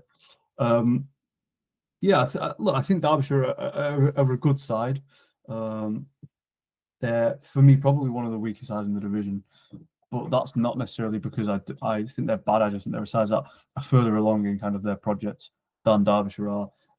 Harry Moore, someone I'm excited about seeing this season. 6 wickets in first-class cricket at 23. 6 wickets last season at 23.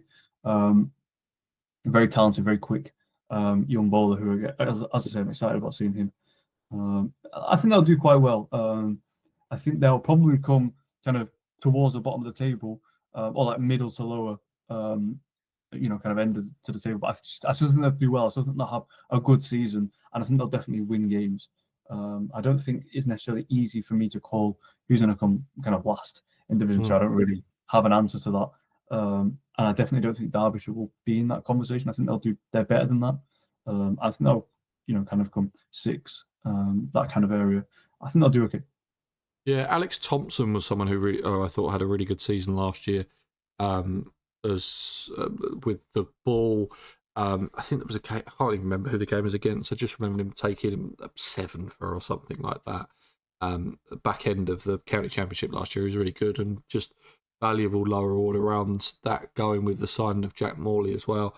I like their spin attack. I like the fact that their fast bowlers can bat a bit as well. Zach Chappell was last. I didn't mention him, but he had a great season last season. 31 wickets at 30. He's a pretty solid return. So I think he's a good kind of guy to lead their attack. Yeah, and obviously Anderson coming in, Dahl as well, can all bat a bit. The problem is I prefer him providing those lower order runs a little bit more than I do with the ball. I just think there's better seamers in Division 2 than what Derbyshire currently have. I think Tickner's a good signing, but apart from that, I think they're better than they were last year. I don't think they've moved the needle quite enough. I'm with you. I'm around kind of 6th, 7th, around there, lower half of the table. Whether they finish bottom or not is there's probably a group of teams that are going to be around that kind of. Well, there's only 8 teams. 2 get promoted. The rest of them can usually be pretty poor, with the exception of 1 or 2. They're going to be in that group in the lower half for me. I mean, even Mickey Arthur and Wayne Madsen have said in interviews that they've done before the season has started that this is a project. We are not quite there yet. if we're going to win anything this year, it's going to be in white ball cricket. And we're looking to improve and have a better season than what we did in red ball cricket. We're not looking to be promoted this year. We're hoping that's something that can happen in 2-3 years' time. So even if the captain and the coach are saying that, then that's kind of where they're going to be. But I like them better than last year. I just don't like them that much yet. Fair enough. Yeah. Moving on to Gloucestershire now. Bancroft is back. Cam Green is going to play between April and May. Whether he bowls bats, I'm not 100% sure. I'd imagine there's going to be some sort of heavy restriction on how much he can bowl.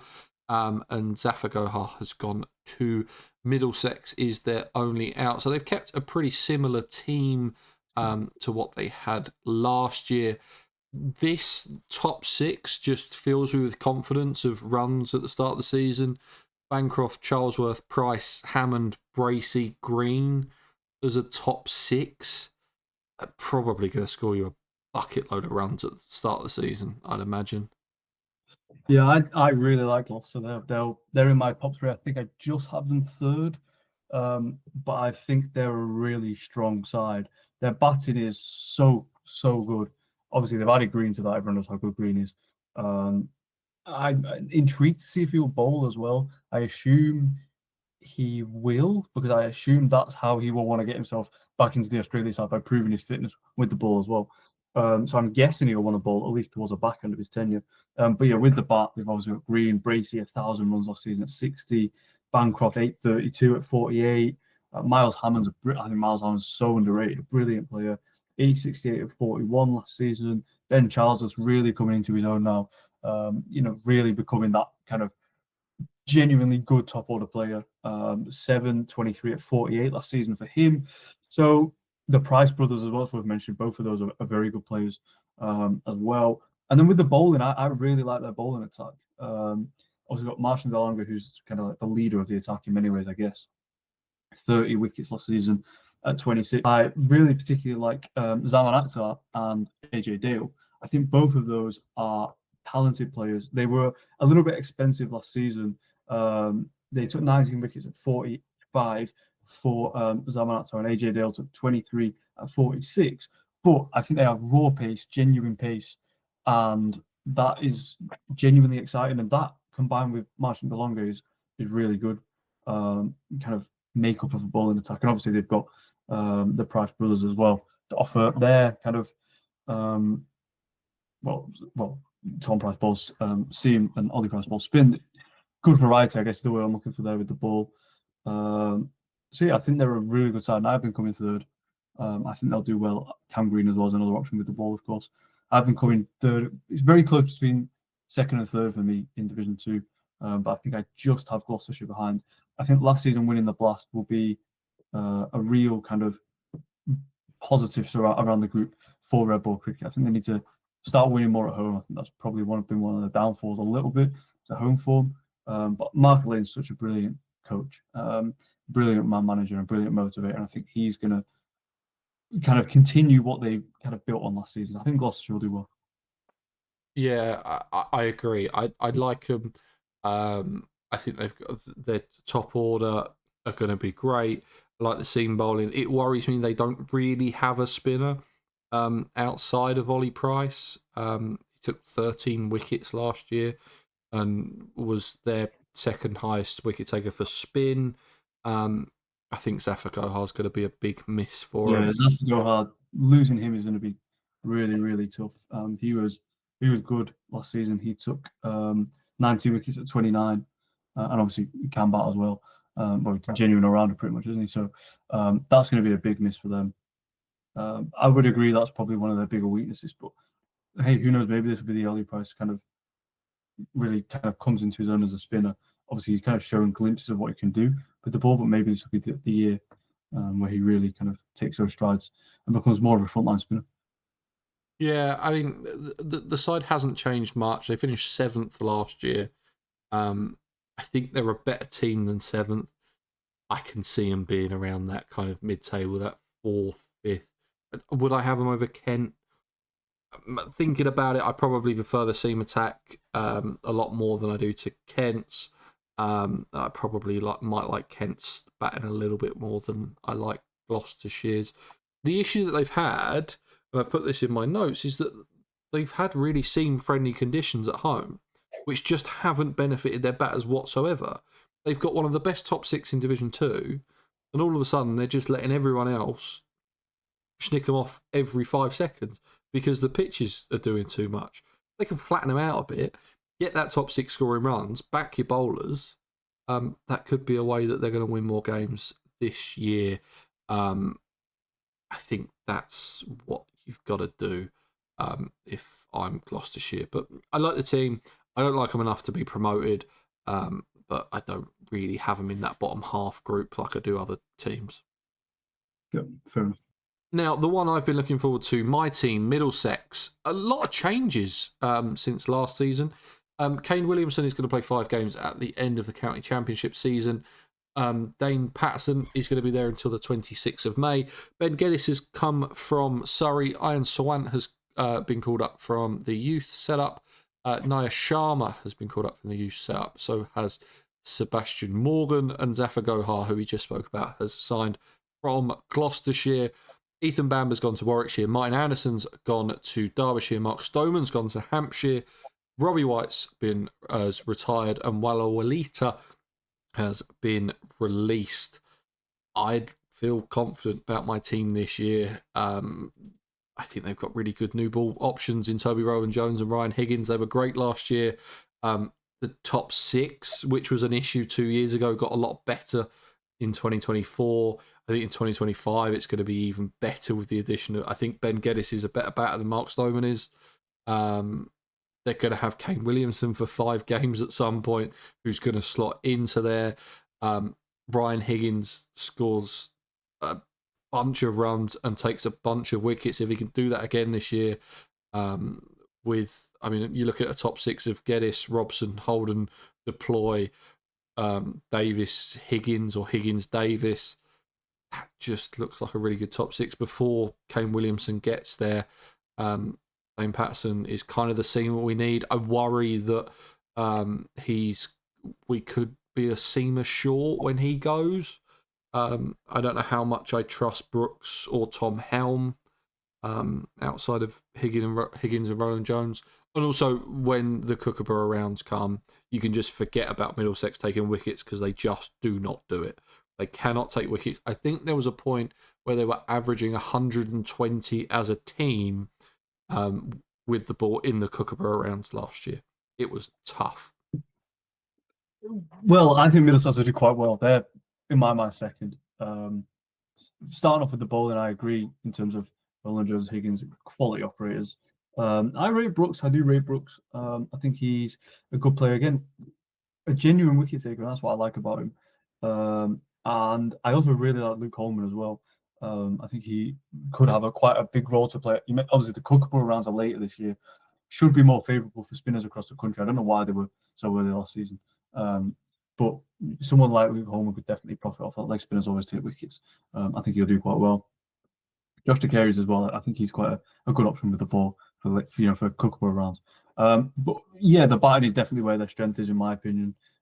Higgins, 1,100 runs at 70. I mean, he's just ridiculous. One of the best players in the country, hands down, in terms of his contribution with the bat, contribution to the ball. 500s, 250s. Phenomenal player. Sam Robson's still got it. 872 at 58. Lewis Deploy, I really like. I was very jealous that Lancs didn't bring him in.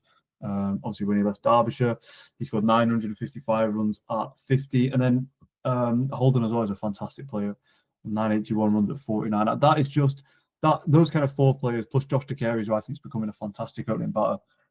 In his own right, will definitely open the bat in Stoneman's absence now. There's not really a question about that in my mind. And obviously, you're signing Kane Williamson, so not really much more that needs to be said about that. He's one of the best players of this generation. I think Middlesex will come second. I think they're a brilliant side. Yeah, I'm excited to see how they go, particularly in the first game of the season. I mean, I think we've probably been slightly biased to each of our teams here because I've got them first. and I know who I've got second, and I presume we've just got them the other way around, I'm guessing so. down to who we support. They finished third last year. They were unlucky not to go up. Again, were let down by draws because they're full of 78-mile-an-hour medium pace bowlers. And that's kind of what they do really well.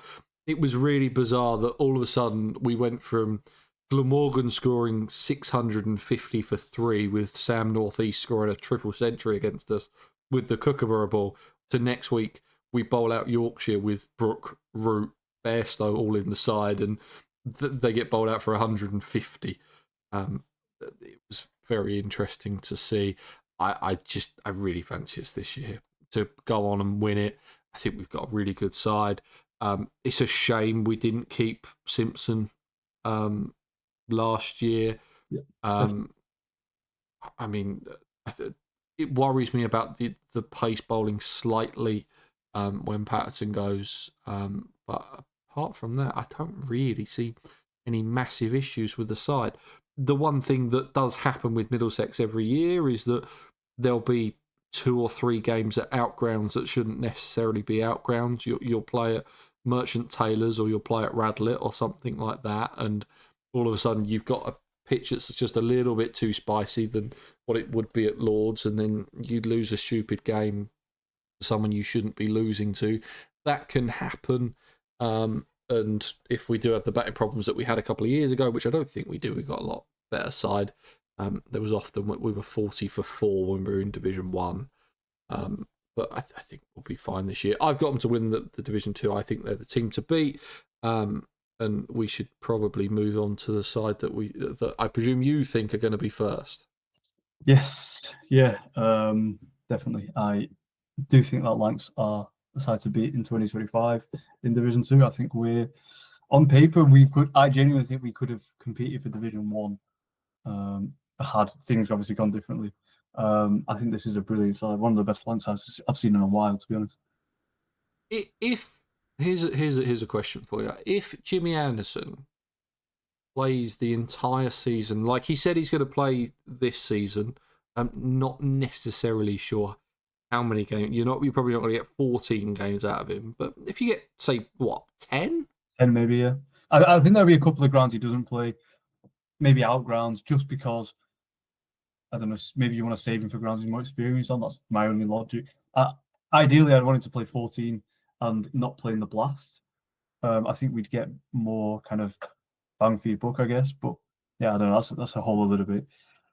So if he plays 10 games last season, you don't go down, do you?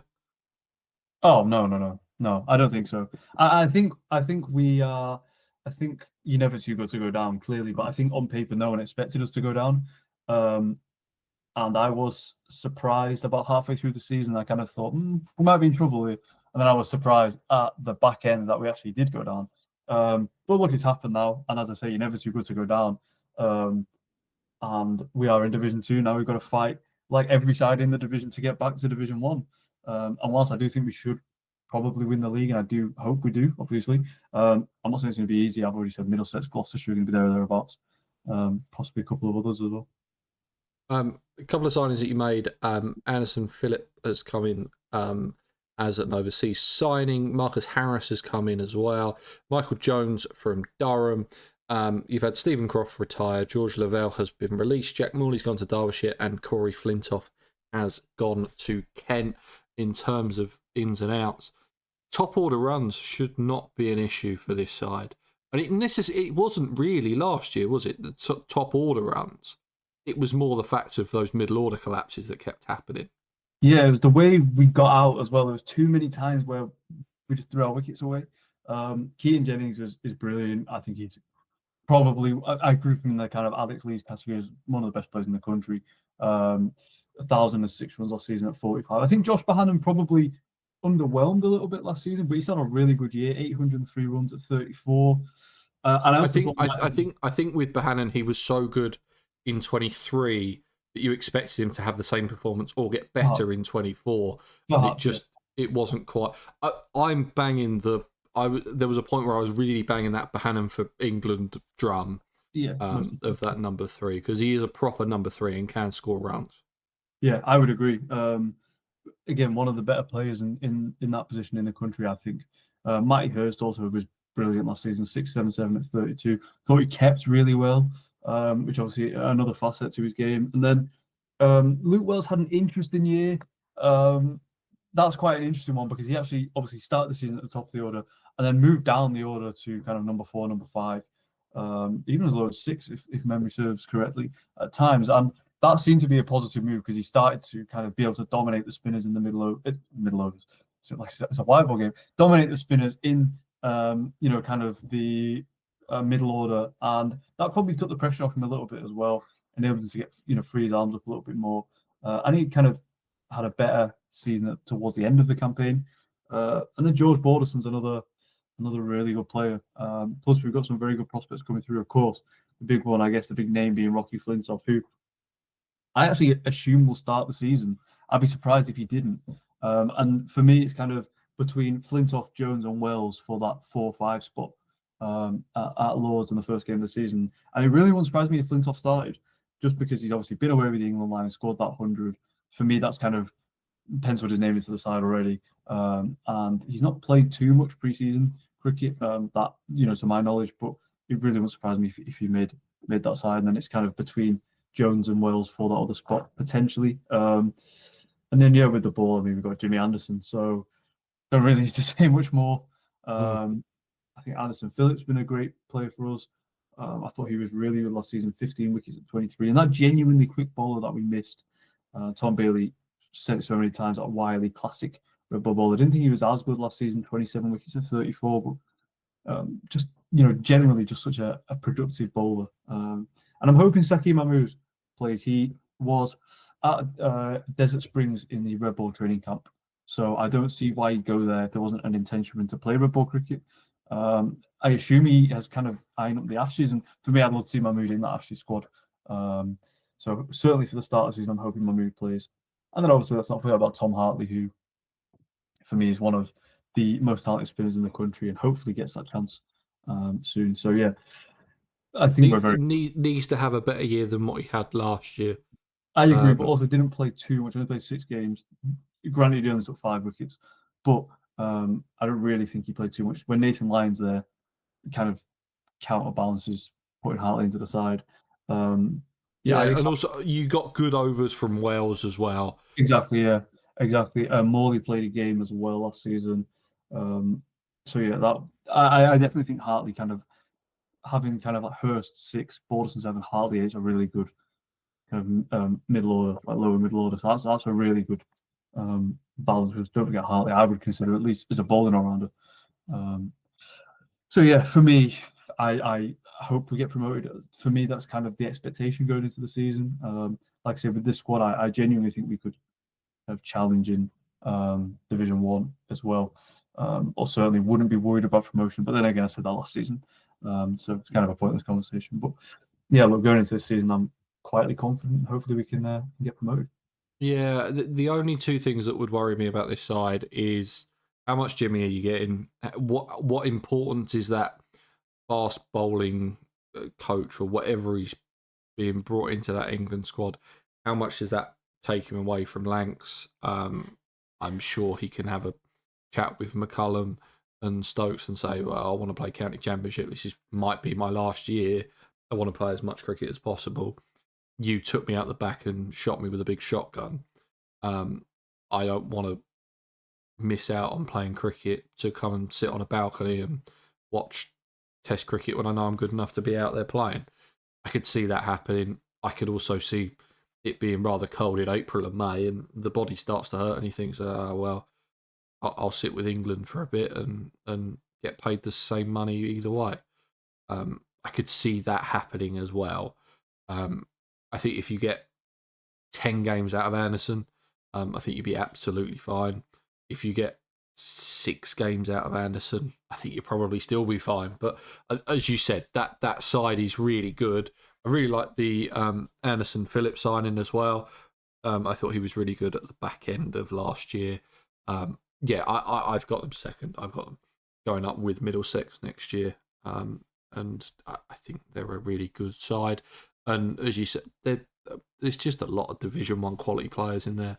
It was a shock that they went down. It was just they got on a roll of really bad results and just couldn't kind of bring themselves back from it, and just it all seemed to be falling apart. Every time I'd log into Twitter, there was Lancs fans in Lancs saying the coach should be sacked, and all sorts of things like that. It got a little bit toxic towards the end, so I could see why there was issues. But no, I'm with you. I like Lancs to go up. I'm not going to pick him over my Middlesex though. I'll have him going up second. You can have the fight with Gloucestershire. We can. Yeah, I'm happy to have them flipped around. I think that's fair. It'll be a big game, first game of the season. I'm looking forward to it. It will. I'm also. Next in Division 2, we have Glamorgan. They signed Asitha Fernando until the end of May.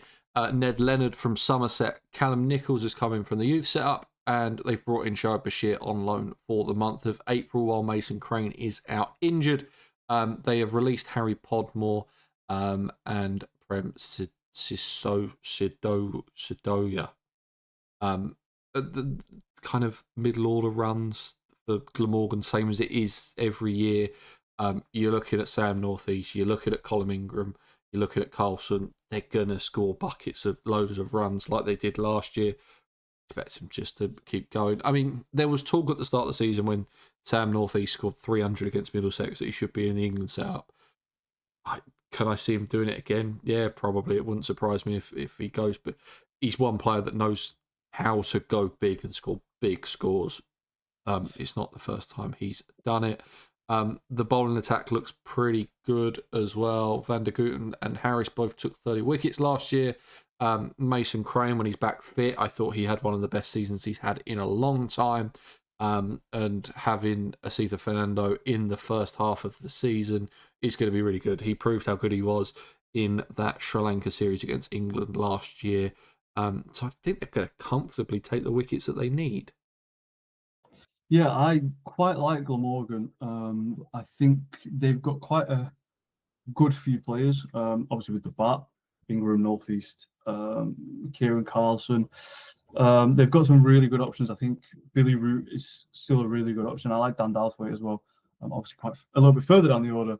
And Ace of Tribes coming through is a really good prospect for me. I think the player I'm most excited about this season would have to be Ben Kellaway with bat and ball. I'm sure many people know Ben Kellaway's kind of unique trait is the fact that he's ambidextrous. He can bowl left arm or spin, right arm or spin equally well. Genuinely good with both. Like it's not just a gimmick. He's actually good at both. And he's also a really good batter as well in that middle order. Didn't really kick on in red ball cricket last season, but I think he's a good batter. Can also open the batting as well. So I'm excited to see how he goes. And then, yeah, with the ball, obviously they've got a couple of really good options. Mason Crane, obviously out for the start of the season, but I like him. Tim van der Houten, always kind of going to take wickets. 30 at 21 last season was a really good return. Andy Gorvin had a good season as well, 24 at 23 24 wickets at 23 runs. So yeah, really good options for Glamorgan. I do quite like them, and obviously Fernando kind of bolsters that bowling attack. I'm interested to see what happens with Marnus as well. Hoping he comes back. Not sure. There's no news yet, is there? No, not as far as he's not been. It's not been confirmed that he's not, and it's not been said that he's not been said that he is. So I'm hoping that he does. Add into that lineup of Ingram, Northeast, Carlson, Dalthwaite, Root, Ace of Tribe, these kind of players we've already talked about, would be very good depth for Glamorgan. So yeah, hopefully Marnus comes back, because who doesn't want to see him playing county cricket at the end of the day? Yeah, and also Marnus does also offer you a bit of spin, whether it's off spin, leg spin.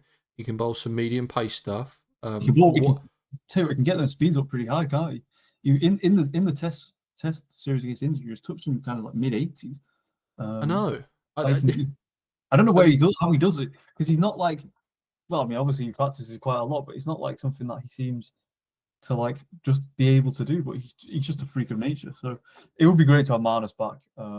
The problem is Marnus probably needs a break from cricket to get his form back. The issue is Australia's obviously next massive game is the World Test Championship. So do you want him playing in some England conditions before the World Test Championship? You probably do. I'd be amazed if, I mean, Glamorgan are obviously going to want him back. It's just whether Marnus turns up. If they don't have him, I think they could not struggle this year. I've got them around that kind of 4th, 5th, 6th mark. Their openers, whoever they're going to pick to open the batting, I think they tried 4 or 5 different options. I think Billy Root will probably be one of them.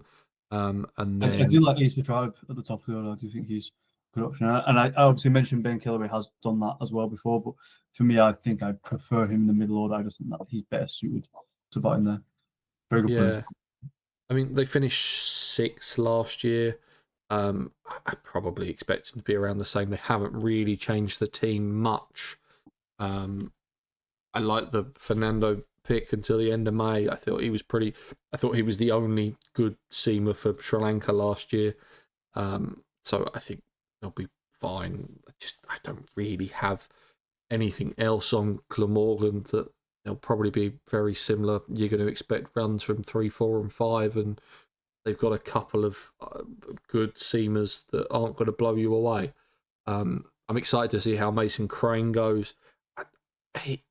If you want to look at him as a really outside chance for the Ashes, I think he could be there if he has a ridiculous season. He's probably one of our best leg spinners we have in the country.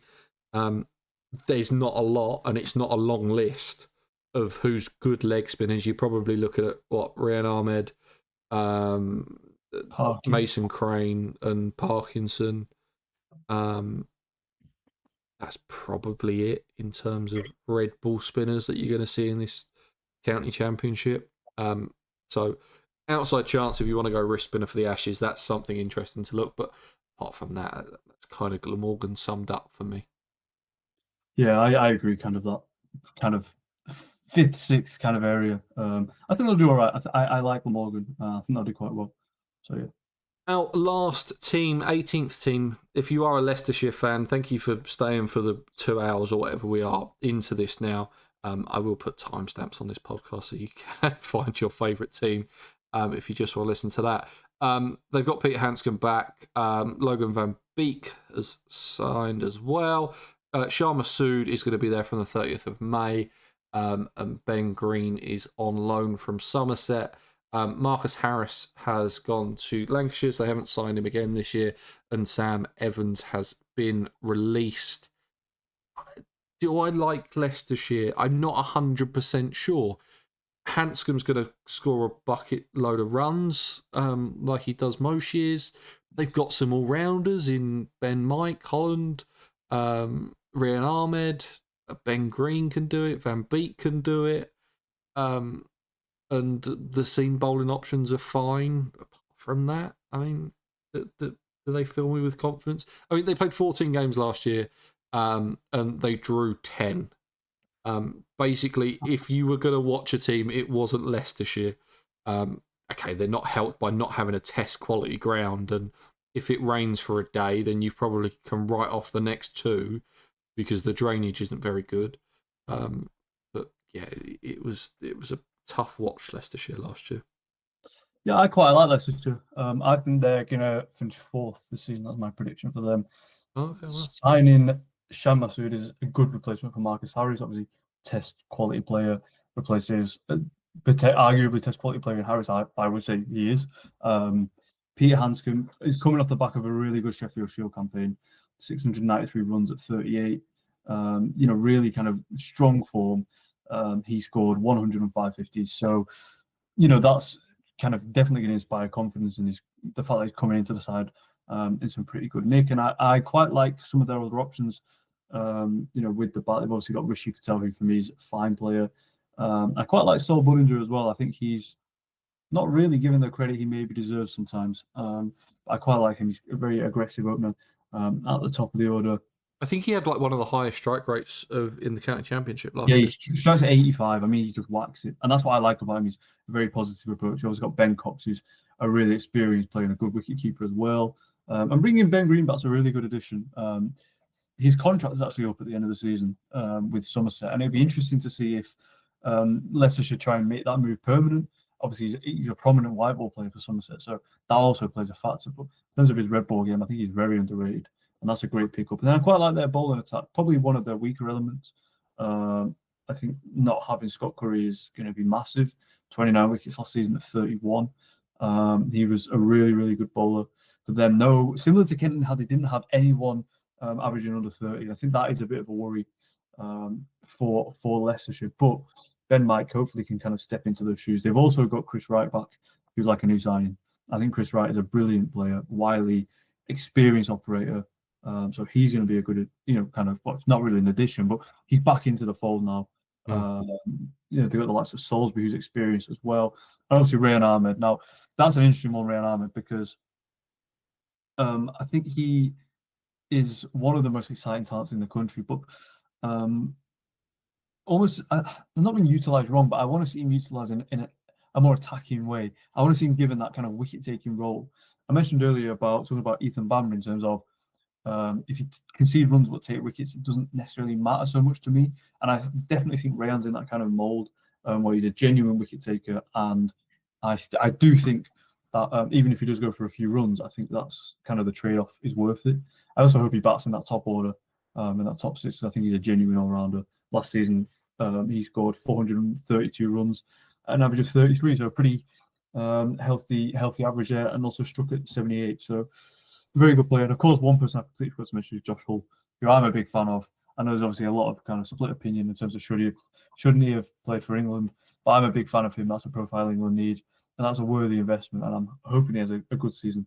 So yeah, I do think Leicestershire are going to do quite well. The bowling attack's probably the weaker element, but I really do think they could come in the top four.